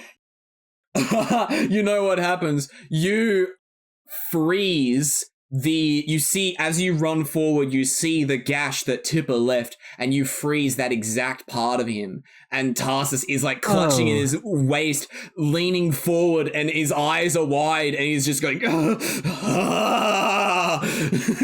he's being chilled from the inside. Is that you, Bizzy, the real one? Oh, No, yeah. Tell me you're the real one. Real one? What do you mean? Ashamedly, I've always been the real one. Yeah. Just kind of not something I like talking about. The Badger is going to attack. So it almost had Karl gouge his eyes out, and Hum is actually quite close by. He sees the large amount of terrain that is above him, and he jumps. Like, he's actually quite a tall jumper. He's able to jump directly on top of this sort of rectangular prism that has emerged from the ground. He's gotten onto the edge, and now that he's up here, he pulls from his pocket. Karl and Hum, you remember that when you were fighting Chris emptied his pockets, and there were some things in there that you presumed to be flashbangs, but they looked futuristic and like a child's toy. However, this Badger actually pulls out a proper flashbang and throws it down. I'm going to need you both to roll dexterity saving throws. Dexterity Wait. saving 11. Aren't I looking away? No, you would be looking at him at this stage. 11 for whom? Karl, what do you got? Oh fuck, I'm blinded. Yep. What was your roll? 6, I'm blinded. Yeah, okay, you're blinded. All right. That will last Oh, until your fuck. turn ends, I'd say. So, yes, that happens. Also, I'd say that the ringing in both of your ears will deal some significant damage. Let me just check what your health is like. I do this all the time. Military grade tinnitus. Yeah. Okay, you're both going to take, 6 points of damage again. Okay, down to 20, and it's my turn. Yup. Let's see what I can do here. So right now you are between the wall and this new piece of terrain that has emerged. The badger is standing on the edge of the terrain directly above you, essentially. And he just threw that flashbang down. You dare flash me? You fucking normie! Oh! Again. And I lunged toward him to stab him. Ooh. You're gonna have to climb up there. Acrobatics. Acrobatics. Okay, we're gonna find. Okay, acrobatics is there. 10? Unfortunately, no, because the rock wall that is in front of you is completely smooth. You cannot find any place to grip onto it. Instead, what will you do while you're down here? Are you going to move out of this tight area? Are you going to perform a different kind of attack? It's up to you. I'll walk back a little bit so he's still in my field of vision. Yes. And I like to pull out the NVG rifle. Yes. Okay. And shoot him. Give him the hit DC. Come on. Come on. Yes, 14! Whoa. Okay. Yeah. Give me the damage then. And consume 1 energy cell. Okay, 14. 14 damage! Oh my goodness. That does a lot of damage. That rifle is crazy powerful. It's from the New Vegas group. You think that they mess around? Yeah, you unleash this barrage of these blue energy balls onto the badger, and you see that he can't respond because these balls are producing these sort of explosive electrical charges, and you cannot hear him over it, but you can still hear each other. It's just that it's sort of suppressing the sound in his area, and you see that he is getting quite burned from this. The entire front of his body appears to be charred, in a sense. Okay, we will now move on to Tarsus.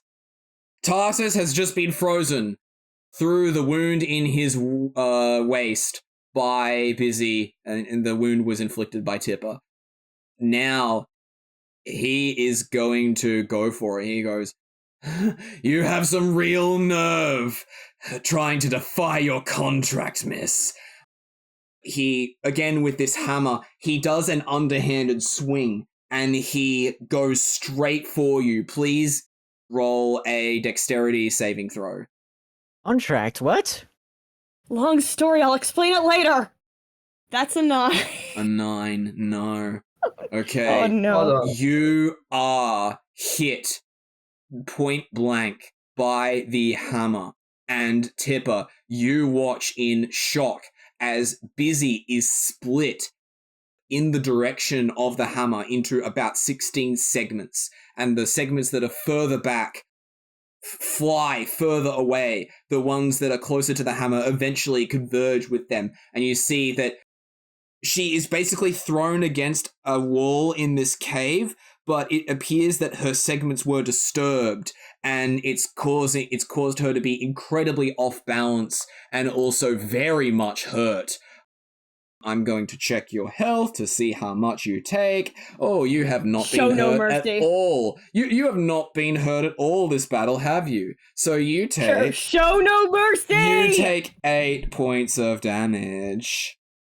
Show no mercy. Okay. That's it. What the fuck was that? Karl, you're up. Since I'm fucking blinded right now. Yes. The only reasonable course of action is going to try and fucking strangle the badger. Okay, you are too far away from the badger. You would not be able to make, And like... 2, the badger's really tall, isn't he? Oh, yes, the badger's quite tall. Yeah, know what? What? Golden Knuckles. Let's see where this gets me. All right, yeah. You won't be able to do a regular hit, but let's do Arcana. Yeah, Arcana hits going. 13. Oh. 13. Ooh. You throw the golden knuckles forward just aimlessly, and you feel the golden hand attempt to hit something nearby, but it's unsuccessful because it's too far away. I can't fucking see. I will let you use something from your inventory to offset the fact that you're blind, if you want. Water skin. Okay, sure. If we have a water skin, could we potentially get a vodka skin? That happened a while ago, actually.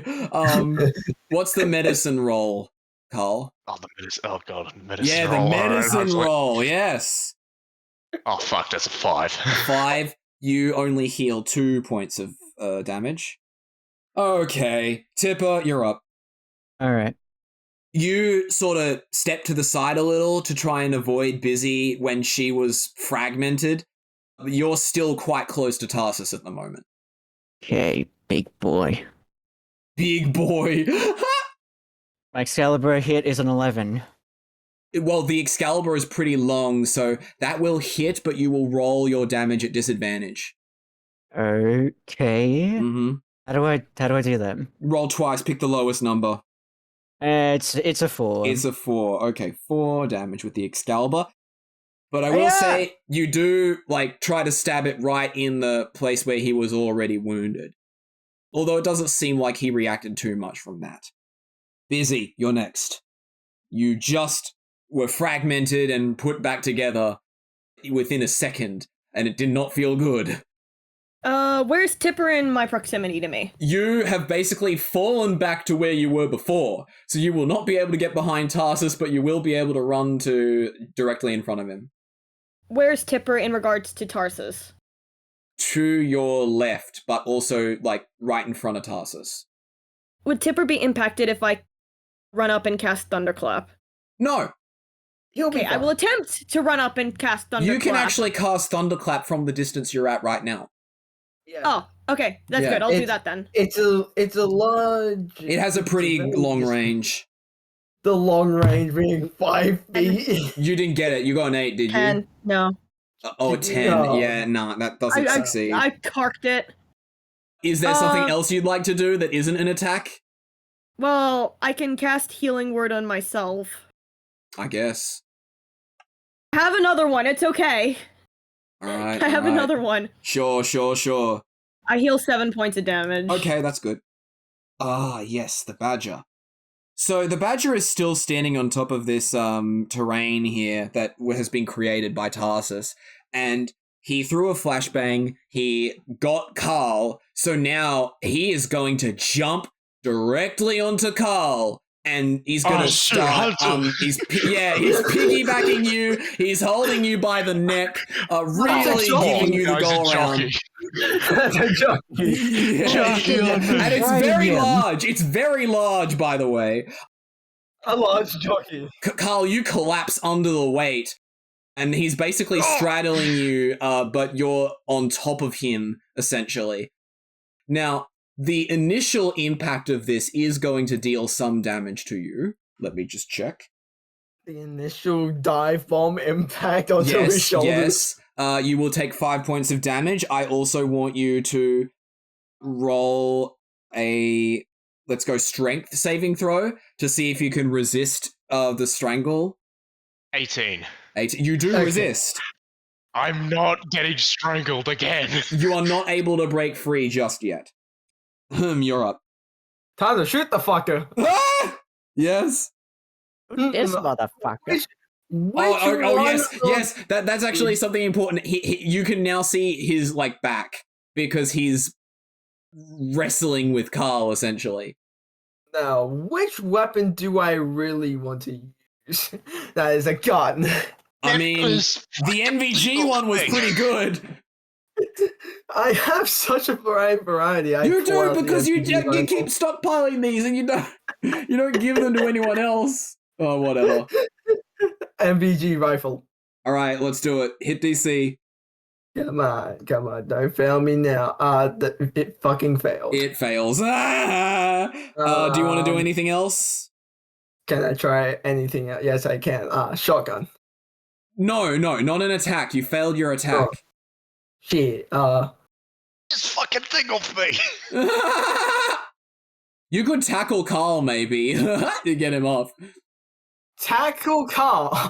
He's on the floor. How do I tackle? No, he's actually above the badger. The badger is on the floor.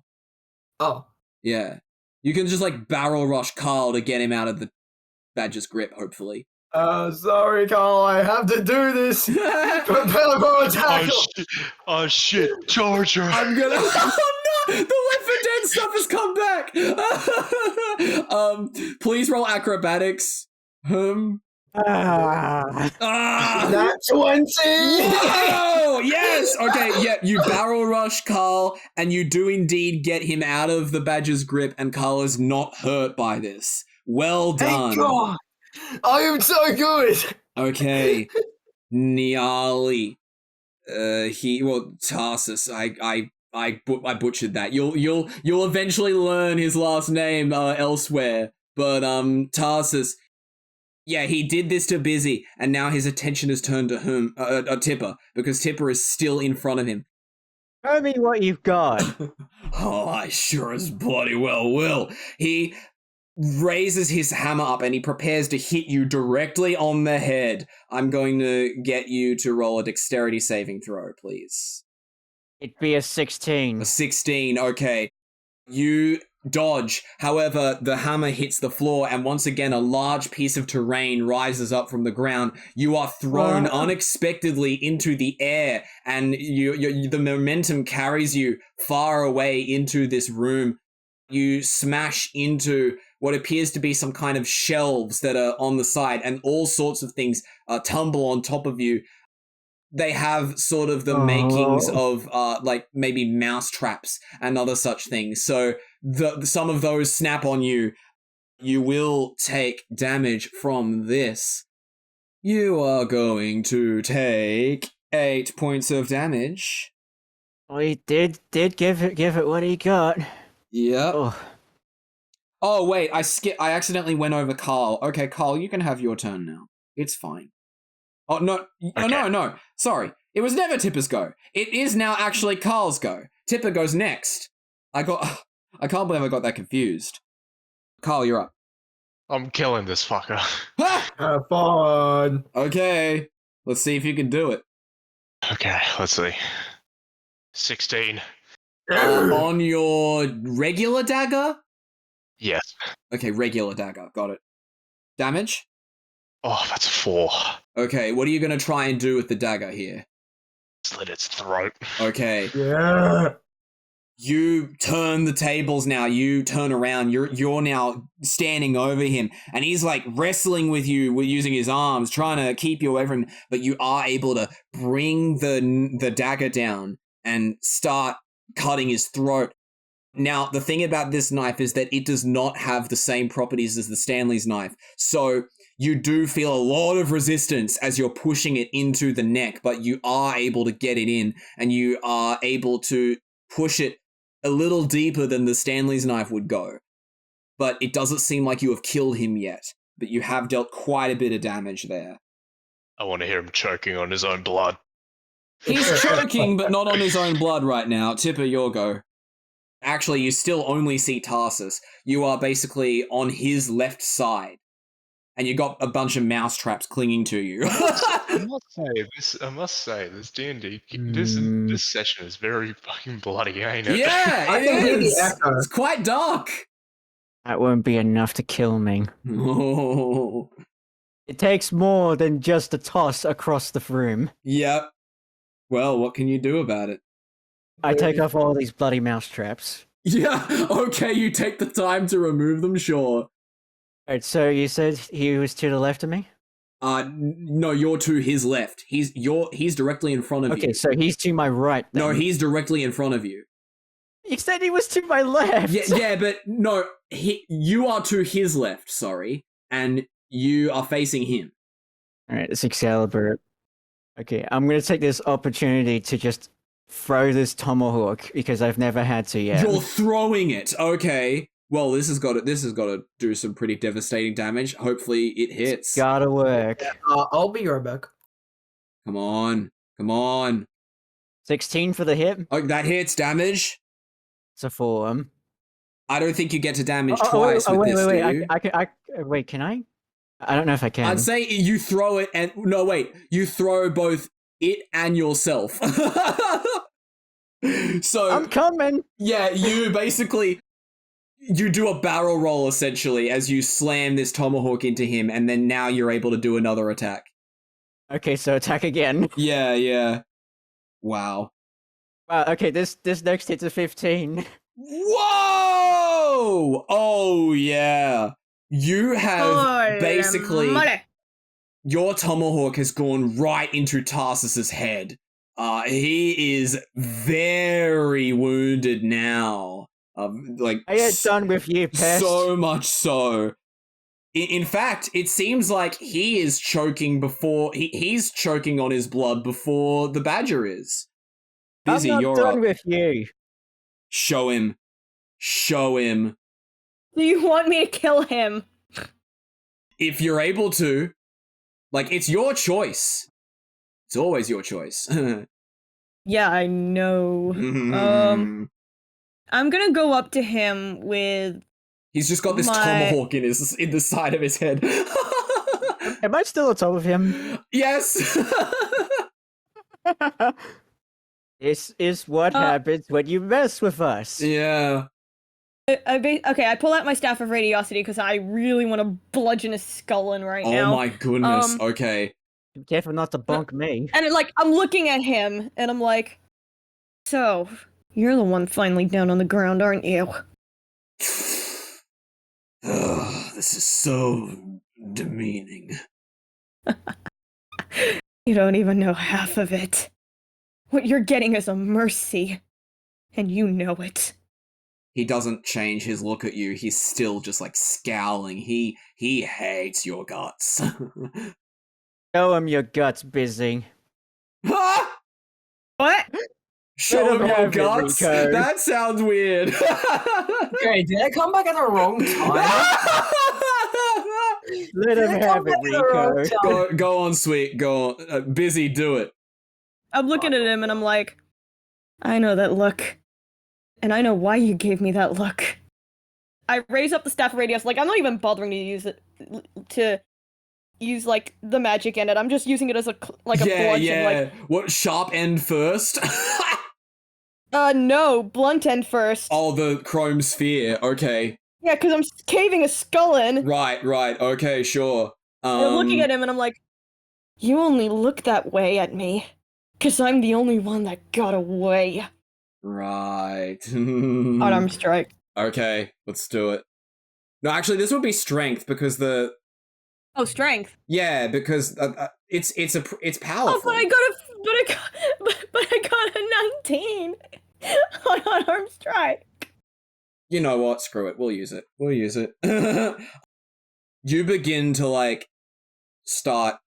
Do that consistently. You're hitting his face with the chrome sphere, and although the sphere gives way slightly, there is enough weight behind it that you are indeed able to start pushing his face in, and you just keep doing it. In the same way that Karl had been sledgehammering the machine from earlier, you just cave Tarsus's face in, and it's pretty clear that Tarsus is completely out of it. And you yeah, I guess I jump off his head. Yes, Tarsus's face is incomprehensible. You cannot make it out.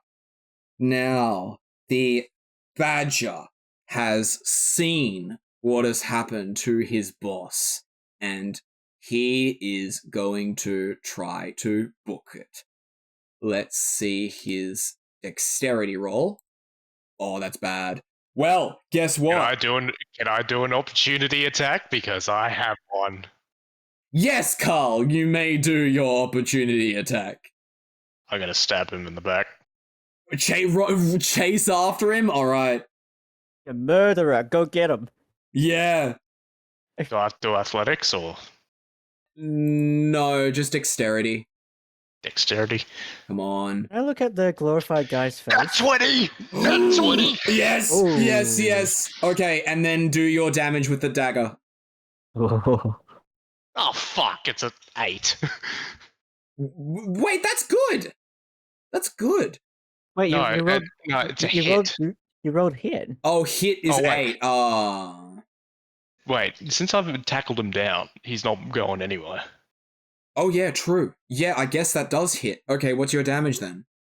I can't believe I'm giving this to you guys. 5. 5. Okay. Where are you stabbing the badger? I'm gonna do it in the liver area. Oh. Oh, like slow death? Yes, because I want to say. Alright. Wow, you're wanna- giving a slow wanna- death to the henchman. Okay. Because because I want to say something to him as he's like, Alright. you know. You indeed cut out his liver. Like his whole liver, I think, is gone now. He's stumbling back on his feet, but he is very clearly like losing consciousness rapidly. What do you say to him? I'm gonna do like a very sinister smile Mm-hmm.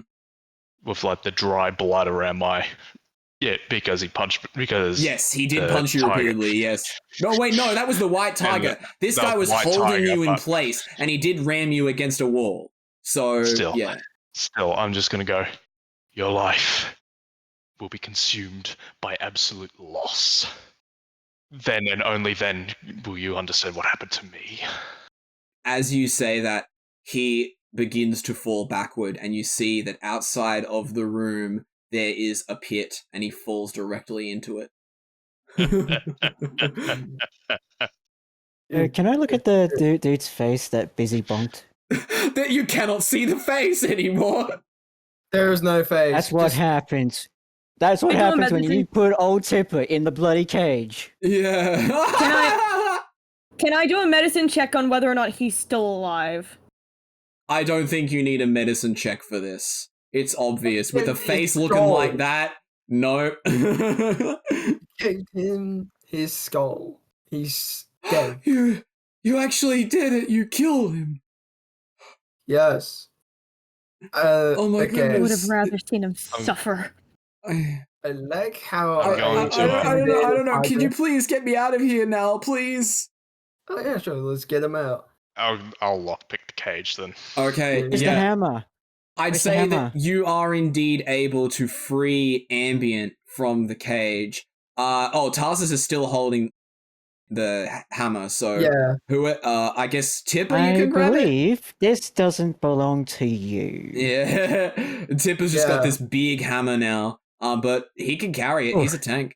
It's as big as a tomahawk. I'm just still standing over this guy's like corpse. Yeah. Also, as Karl has freed Ambient, you also see that a whole bunch of other people that were once under Tarsus's control are now moving out of the shadows and beginning to like maybe run out or just slowly walk out, sneak their way out. Whatever the case, they're all freed from Tarsus's grasp.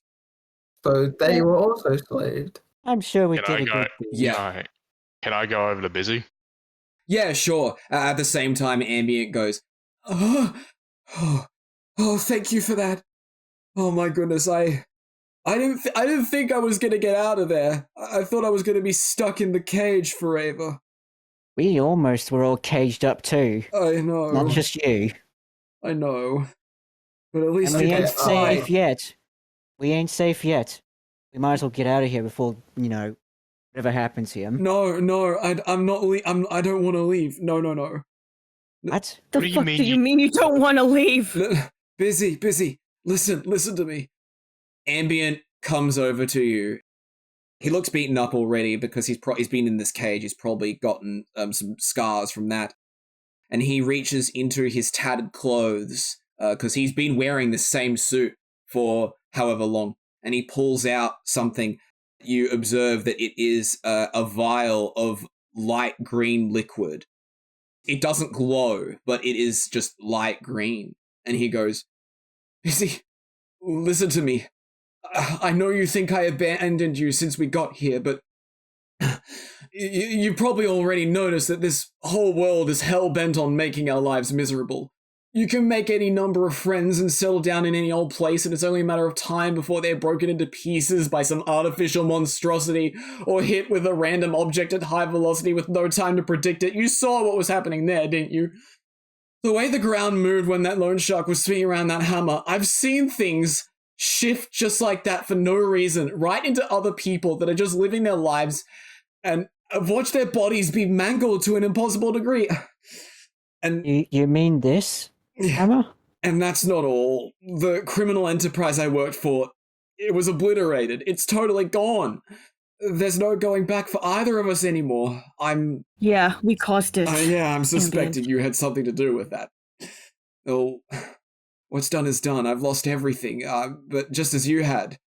But if you take a step back and look back at everything that's happened thus far, the only constant things in this multiverse have been us. Ambient is looking directly at you, Bizzy, as he says this. With my job out of the picture, I just became consumed with the thought of fixing as much as I can so that we could be from the start, and that led me to finally discovering the ingredients for the antidote I have here. Antidote? Yeah, it's an antidote. He hands it to you with a shaky hand. I don't understand. What antidote? It's for your transformations. I figured it out. You mean if Bizzy drinks this vial, she stops transforming? Yeah. I get it, though. That's not enough. Not after all the pain I put you through. I should have noticed something was wrong about the breaknicks right away. I should have stood up for the injustices rather than sat on my thumbs and hoped everything would be fine. So I wouldn't want to do that too. If I didn't know, there's no chance in hell you would have known either. Bizzy, I want to be there for you all the time. I remember you feeling that way about me before the incident. There's got to be some deity out there that's doing this to us, driving us crazy with these distractions, but I've always been able to turn to you for hope, even if it was subconscious at first. We don't have to be distant from one another. It's been proven time and time again that the more of the distance between us changes, the more unstable and unhinged we can both become. This, and the antidote, is my ultimate kindness. I'm a fool for expecting something in return, and you can certainly blame me for that, but will you extend yours to mine? My mic's not working. Okay, here it is. Am I able to do an insight into what he's suggesting or implying, or whatever the hell? Yes. The mask? In case you fail. Don't use the mask. He's gonna see that. No, go ahead. Go ahead. There's no need for the mask. That's an 18. That works. Ambient, essentially, is wanting to be with you. He has become so consumed by his guilt of everything that has happened so far, and the fact that he was trying so hard to help you, even if you didn't know it, that, you were mistreating him back then. But he's here now, and he's willing to look past that. Ambient, don't. Whatever it is you're trying to do, is that what you really want, or is that what you want because of me? Ambient doesn't respond. Oh yeah, can I try to communicate with Laura? What about? I want to tell him some news. Okay, give me a Liu roll. Am I able to 16? Am I able to reset the terrain with the hammer? Well, hold on, we'll deal with that later. Whom you summoned Flora, what are you going to tell him? I tell him, I got good news. We managed to get the hammer. That is wonderful news. I will let the others know right away. But it will be some time before you see all of us together again. Mm-hmm, indeed. Flora disappears. Bizzy, continue. Ambient, I'm going to clarify this. If I drink this, what's going to happen to the state I'm in? Will I just go back to the way I was before, or will I stay the way I am now? Whatever way you are when you drink it, that's what you will end up as. And bear in mind, you are full tiefling right now. This isn't a full cure, then? It's enough of a cure. If Ambient's right about this, then if I drink this now, I'm gonna be stuck the way I am. You can wait, like, I know that you change randomly, you just gotta wait for the right time to use it. This is... I've lost myself for a long time. I know we all have, but I couldn't even use my name the longest time. Your name? Karl, please roll history. 13. 13. You remember that Bizzy told you that the reason that she couldn't use her name was because of this person, Tarsus, who you also remember his last name was Niali, which Bizzy would continually refer to. Where's his corpse? Oh, it's right on the floor. You're just standing around it. Can I spit on it? Sure. I look at Bizzy and like I ask her, do you want me to explain to them or? There's no need. The longest time I didn't have me. I didn't feel like me. Because I felt like everything that was me was gone. Taken from the signature I signed so from that stupid contract I signed so hastily, and the fact that I lost everything before. Ambient. What? You know how this hammer works? What are you asking me for? So I'm not sure how to use it other than slamming the floor with it. I can't. I don't know. Whatever the hammer is, it doesn't matter. But let me see the hammer. Okay. Can I roll you to see Yes, what this you can. hammer can do? Yes, you can. Oh, so close to a nat 20! I got it. Okay, that's all 11. Well, from what you've observed as Tarsus was using it, you seem to be able to hit it against terrain, and it creates more terrain. And you can also hit it against organic objects, and it causes them to, like, fragment and then return. It's like a powerful attack, pretty much. But apart from that, you don't yet know what it's truly capable of. Okay, I have an idea. Excuse me, we're in the middle of a moment here. I think we're better off. I think you're better off giving it back to me for now. Yeah, you take it. You can experiment with it later. All right. Ambient, if I drink this, what are you expecting from me? I don't know. Just drink it whenever you want. It's your choice. Yeah. Choice. Can I investigate Niali's corpse to see if my contract happens to be on his person? Give me an investigation roll. That is a 19.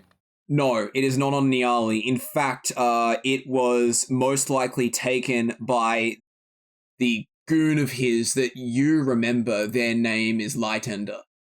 Would he happen to be around or no? No, Lightender has definitely escaped at this point. Like, everyone ran out when the battle started. Funny. I wanted something poetic. What do you mean? Oh well. Guess theatrics aren't exactly my style anyway. I opened the vial and I turned to everyone. Sorry, I guess I kinda lied to you guys.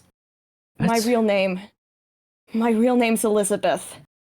And I swig the potion right then and there. Okay. Oh. Right. Bizzy is from now on full tiefling, and all wild shape afflictions have left her. So, you're not going back? Go back to what? You guys... This is gonna sound like the corniest shit in the world, but you guys helped me find me again. And... yeah, I'm gonna miss being who I was before, but... I think she died the minute she got into contact with that radioactive sludge, and I throw down the vial and it smashes on the floor. It smashes right in front of Ambient. You see that he's begun to cry. Can I hug you? You can hug him, sure. He hugs back this time. I get it. She did what yeah, she I did. know. She did. Bizzy. I know. Yes, Karl? You are always you. It doesn't matter what form you take on, you are still you. You may have a new shine of paint, but you're always you. No matter what, I still support you. I'd then go on to hug Bizzy. Right. Tipper, as you're hugging Ambient, you notice that he is scratching the left side of his body, and as you look over there, you realize that there is a large series of gashes there. It appears that he has been scratching this part of him for a very long time. Oh no, he's on the fence! What? No! Freak out! Damn it! I'm trying to have a moment here. Stop. It's on the Hey. Have you been cutting yourself? No, I've just been scratching. I look at Ambient, like my ears perk up, and I look around at Ambient. Yeah, you see the gashes on the left side of his body. I wouldn't call those scratches. I put a hand on his shoulder and I cast Healing Word. Okay. Well, how much does that heal him for? 9. Okay. The scratches don't go away fully, but they're definitely healed. He's got his claws out and he's struggling not to scratch the side of him. Ambient, no matter how hard it is to scratch that part, just don't do it. Easy enough for you to say. Listen to your heart. I don't know if it is even speaking to me right now. Ambient. What? I used to appreciate you for your head. Why aren't you using that? You're better than this. I thought I did use it. You didn't use it well. Look, Ambient, our paths are different, but that doesn't mean it has to be apart. I can't be there for you all the time, but that doesn't mean I won't be there. Yeah. So whatever you're going through, I'm gonna be there, but yeah, I don't think I can go with you. I get it. Ambient stands up. You can see the tears just completely all over the front of his face. And he sort of starts to walk out of the room. And as he's walking, he turns to you all and he goes, "We'll see each other again." But Ambient, if there is one way to tell you how it is, it ain't no easy task. And that's why you gotta keep trying. And before you go, Ambient, I'll leave this with you. I put my fist in the air to show solidarity. Thanks, he says sarcastically as he hobbles out of the room. Oh. Was he supposed to be sarcastic at me? Yes. What did I do? He was definitely sarcastic towards you. What did I do? I think he kind of pieced 2 and 2 together and realized I wouldn't go with him because, well, second reason, all of you guys, and first reason, because of you. I see the little thingy. I blush up and I'm going. Oh my goodness! Wow! Family friendly. No, way to make something romantic out of something that wasn't, but whatever. Hey, keep it friendly. Hang on. Excuse me, I asked for an insight check, that's what I got. No. You don't know why Ambient reacted the way he did to Karl. All you know is never that, mind. Retract my statement then. Retract my statement you don't then. know. Pretend that just did not exist. Yes, yeah. Okay. Time for editing. Sorry. Can I be The editing room. Tipper wants to be honest. Hold on. We should probably leave this place. Yes. Before any more disaster happens, you know? You're quite right. Yes. Wait, there's something I gotta do, and it involves finding Leando. What? Leando? Yeah. Huh? Even though he's dead, I point to Tarsus's corpse. Right. disfigured corpse, mind you. Yes. He still has contracts written up. Legal contracts, as illegal as they are. Oh, you meant Lytender. Sorry, that's... Lytender, Lytender is their name, yes. Whoopsies! wrong L name. Leprosy! Yeah. Okay, continue. He still has contracts that are legally binding. As illegally bound as they were, so... I'd like to burn them. All of them. Do you need these? I lift up my box of matches. Oh no! Or do you need this? Sure. I perform fireplay. Sure. Elizabeth, my slicing is on your side. and Sure. I put the tomahawk up in the air. Yeah. Just rip it from his head and just lift it in the air, and it's still bloody. Oh, yes. Sure. I should probably clean that. As you are all showing solidarity together, you stop for a second as you realize you must have left the chronicler behind. You didn't bury him! Uh-oh. No. We forgot to bury him! I thought I carried him, but no, apparently you dropped him. Run out of there, get him! Come on, I'm not going to be the only one digging his grave. Come on. Is there any like flammable material? No. Oh, fuck. Because we're ending the session with you running out to bury him. Please, I need to eat dinner. Yeah, that went on for a long time, but... We did not end this 30 minutes ago. We ended it 30 minutes late. Yeah. Well, we had to wait because it was important, okay?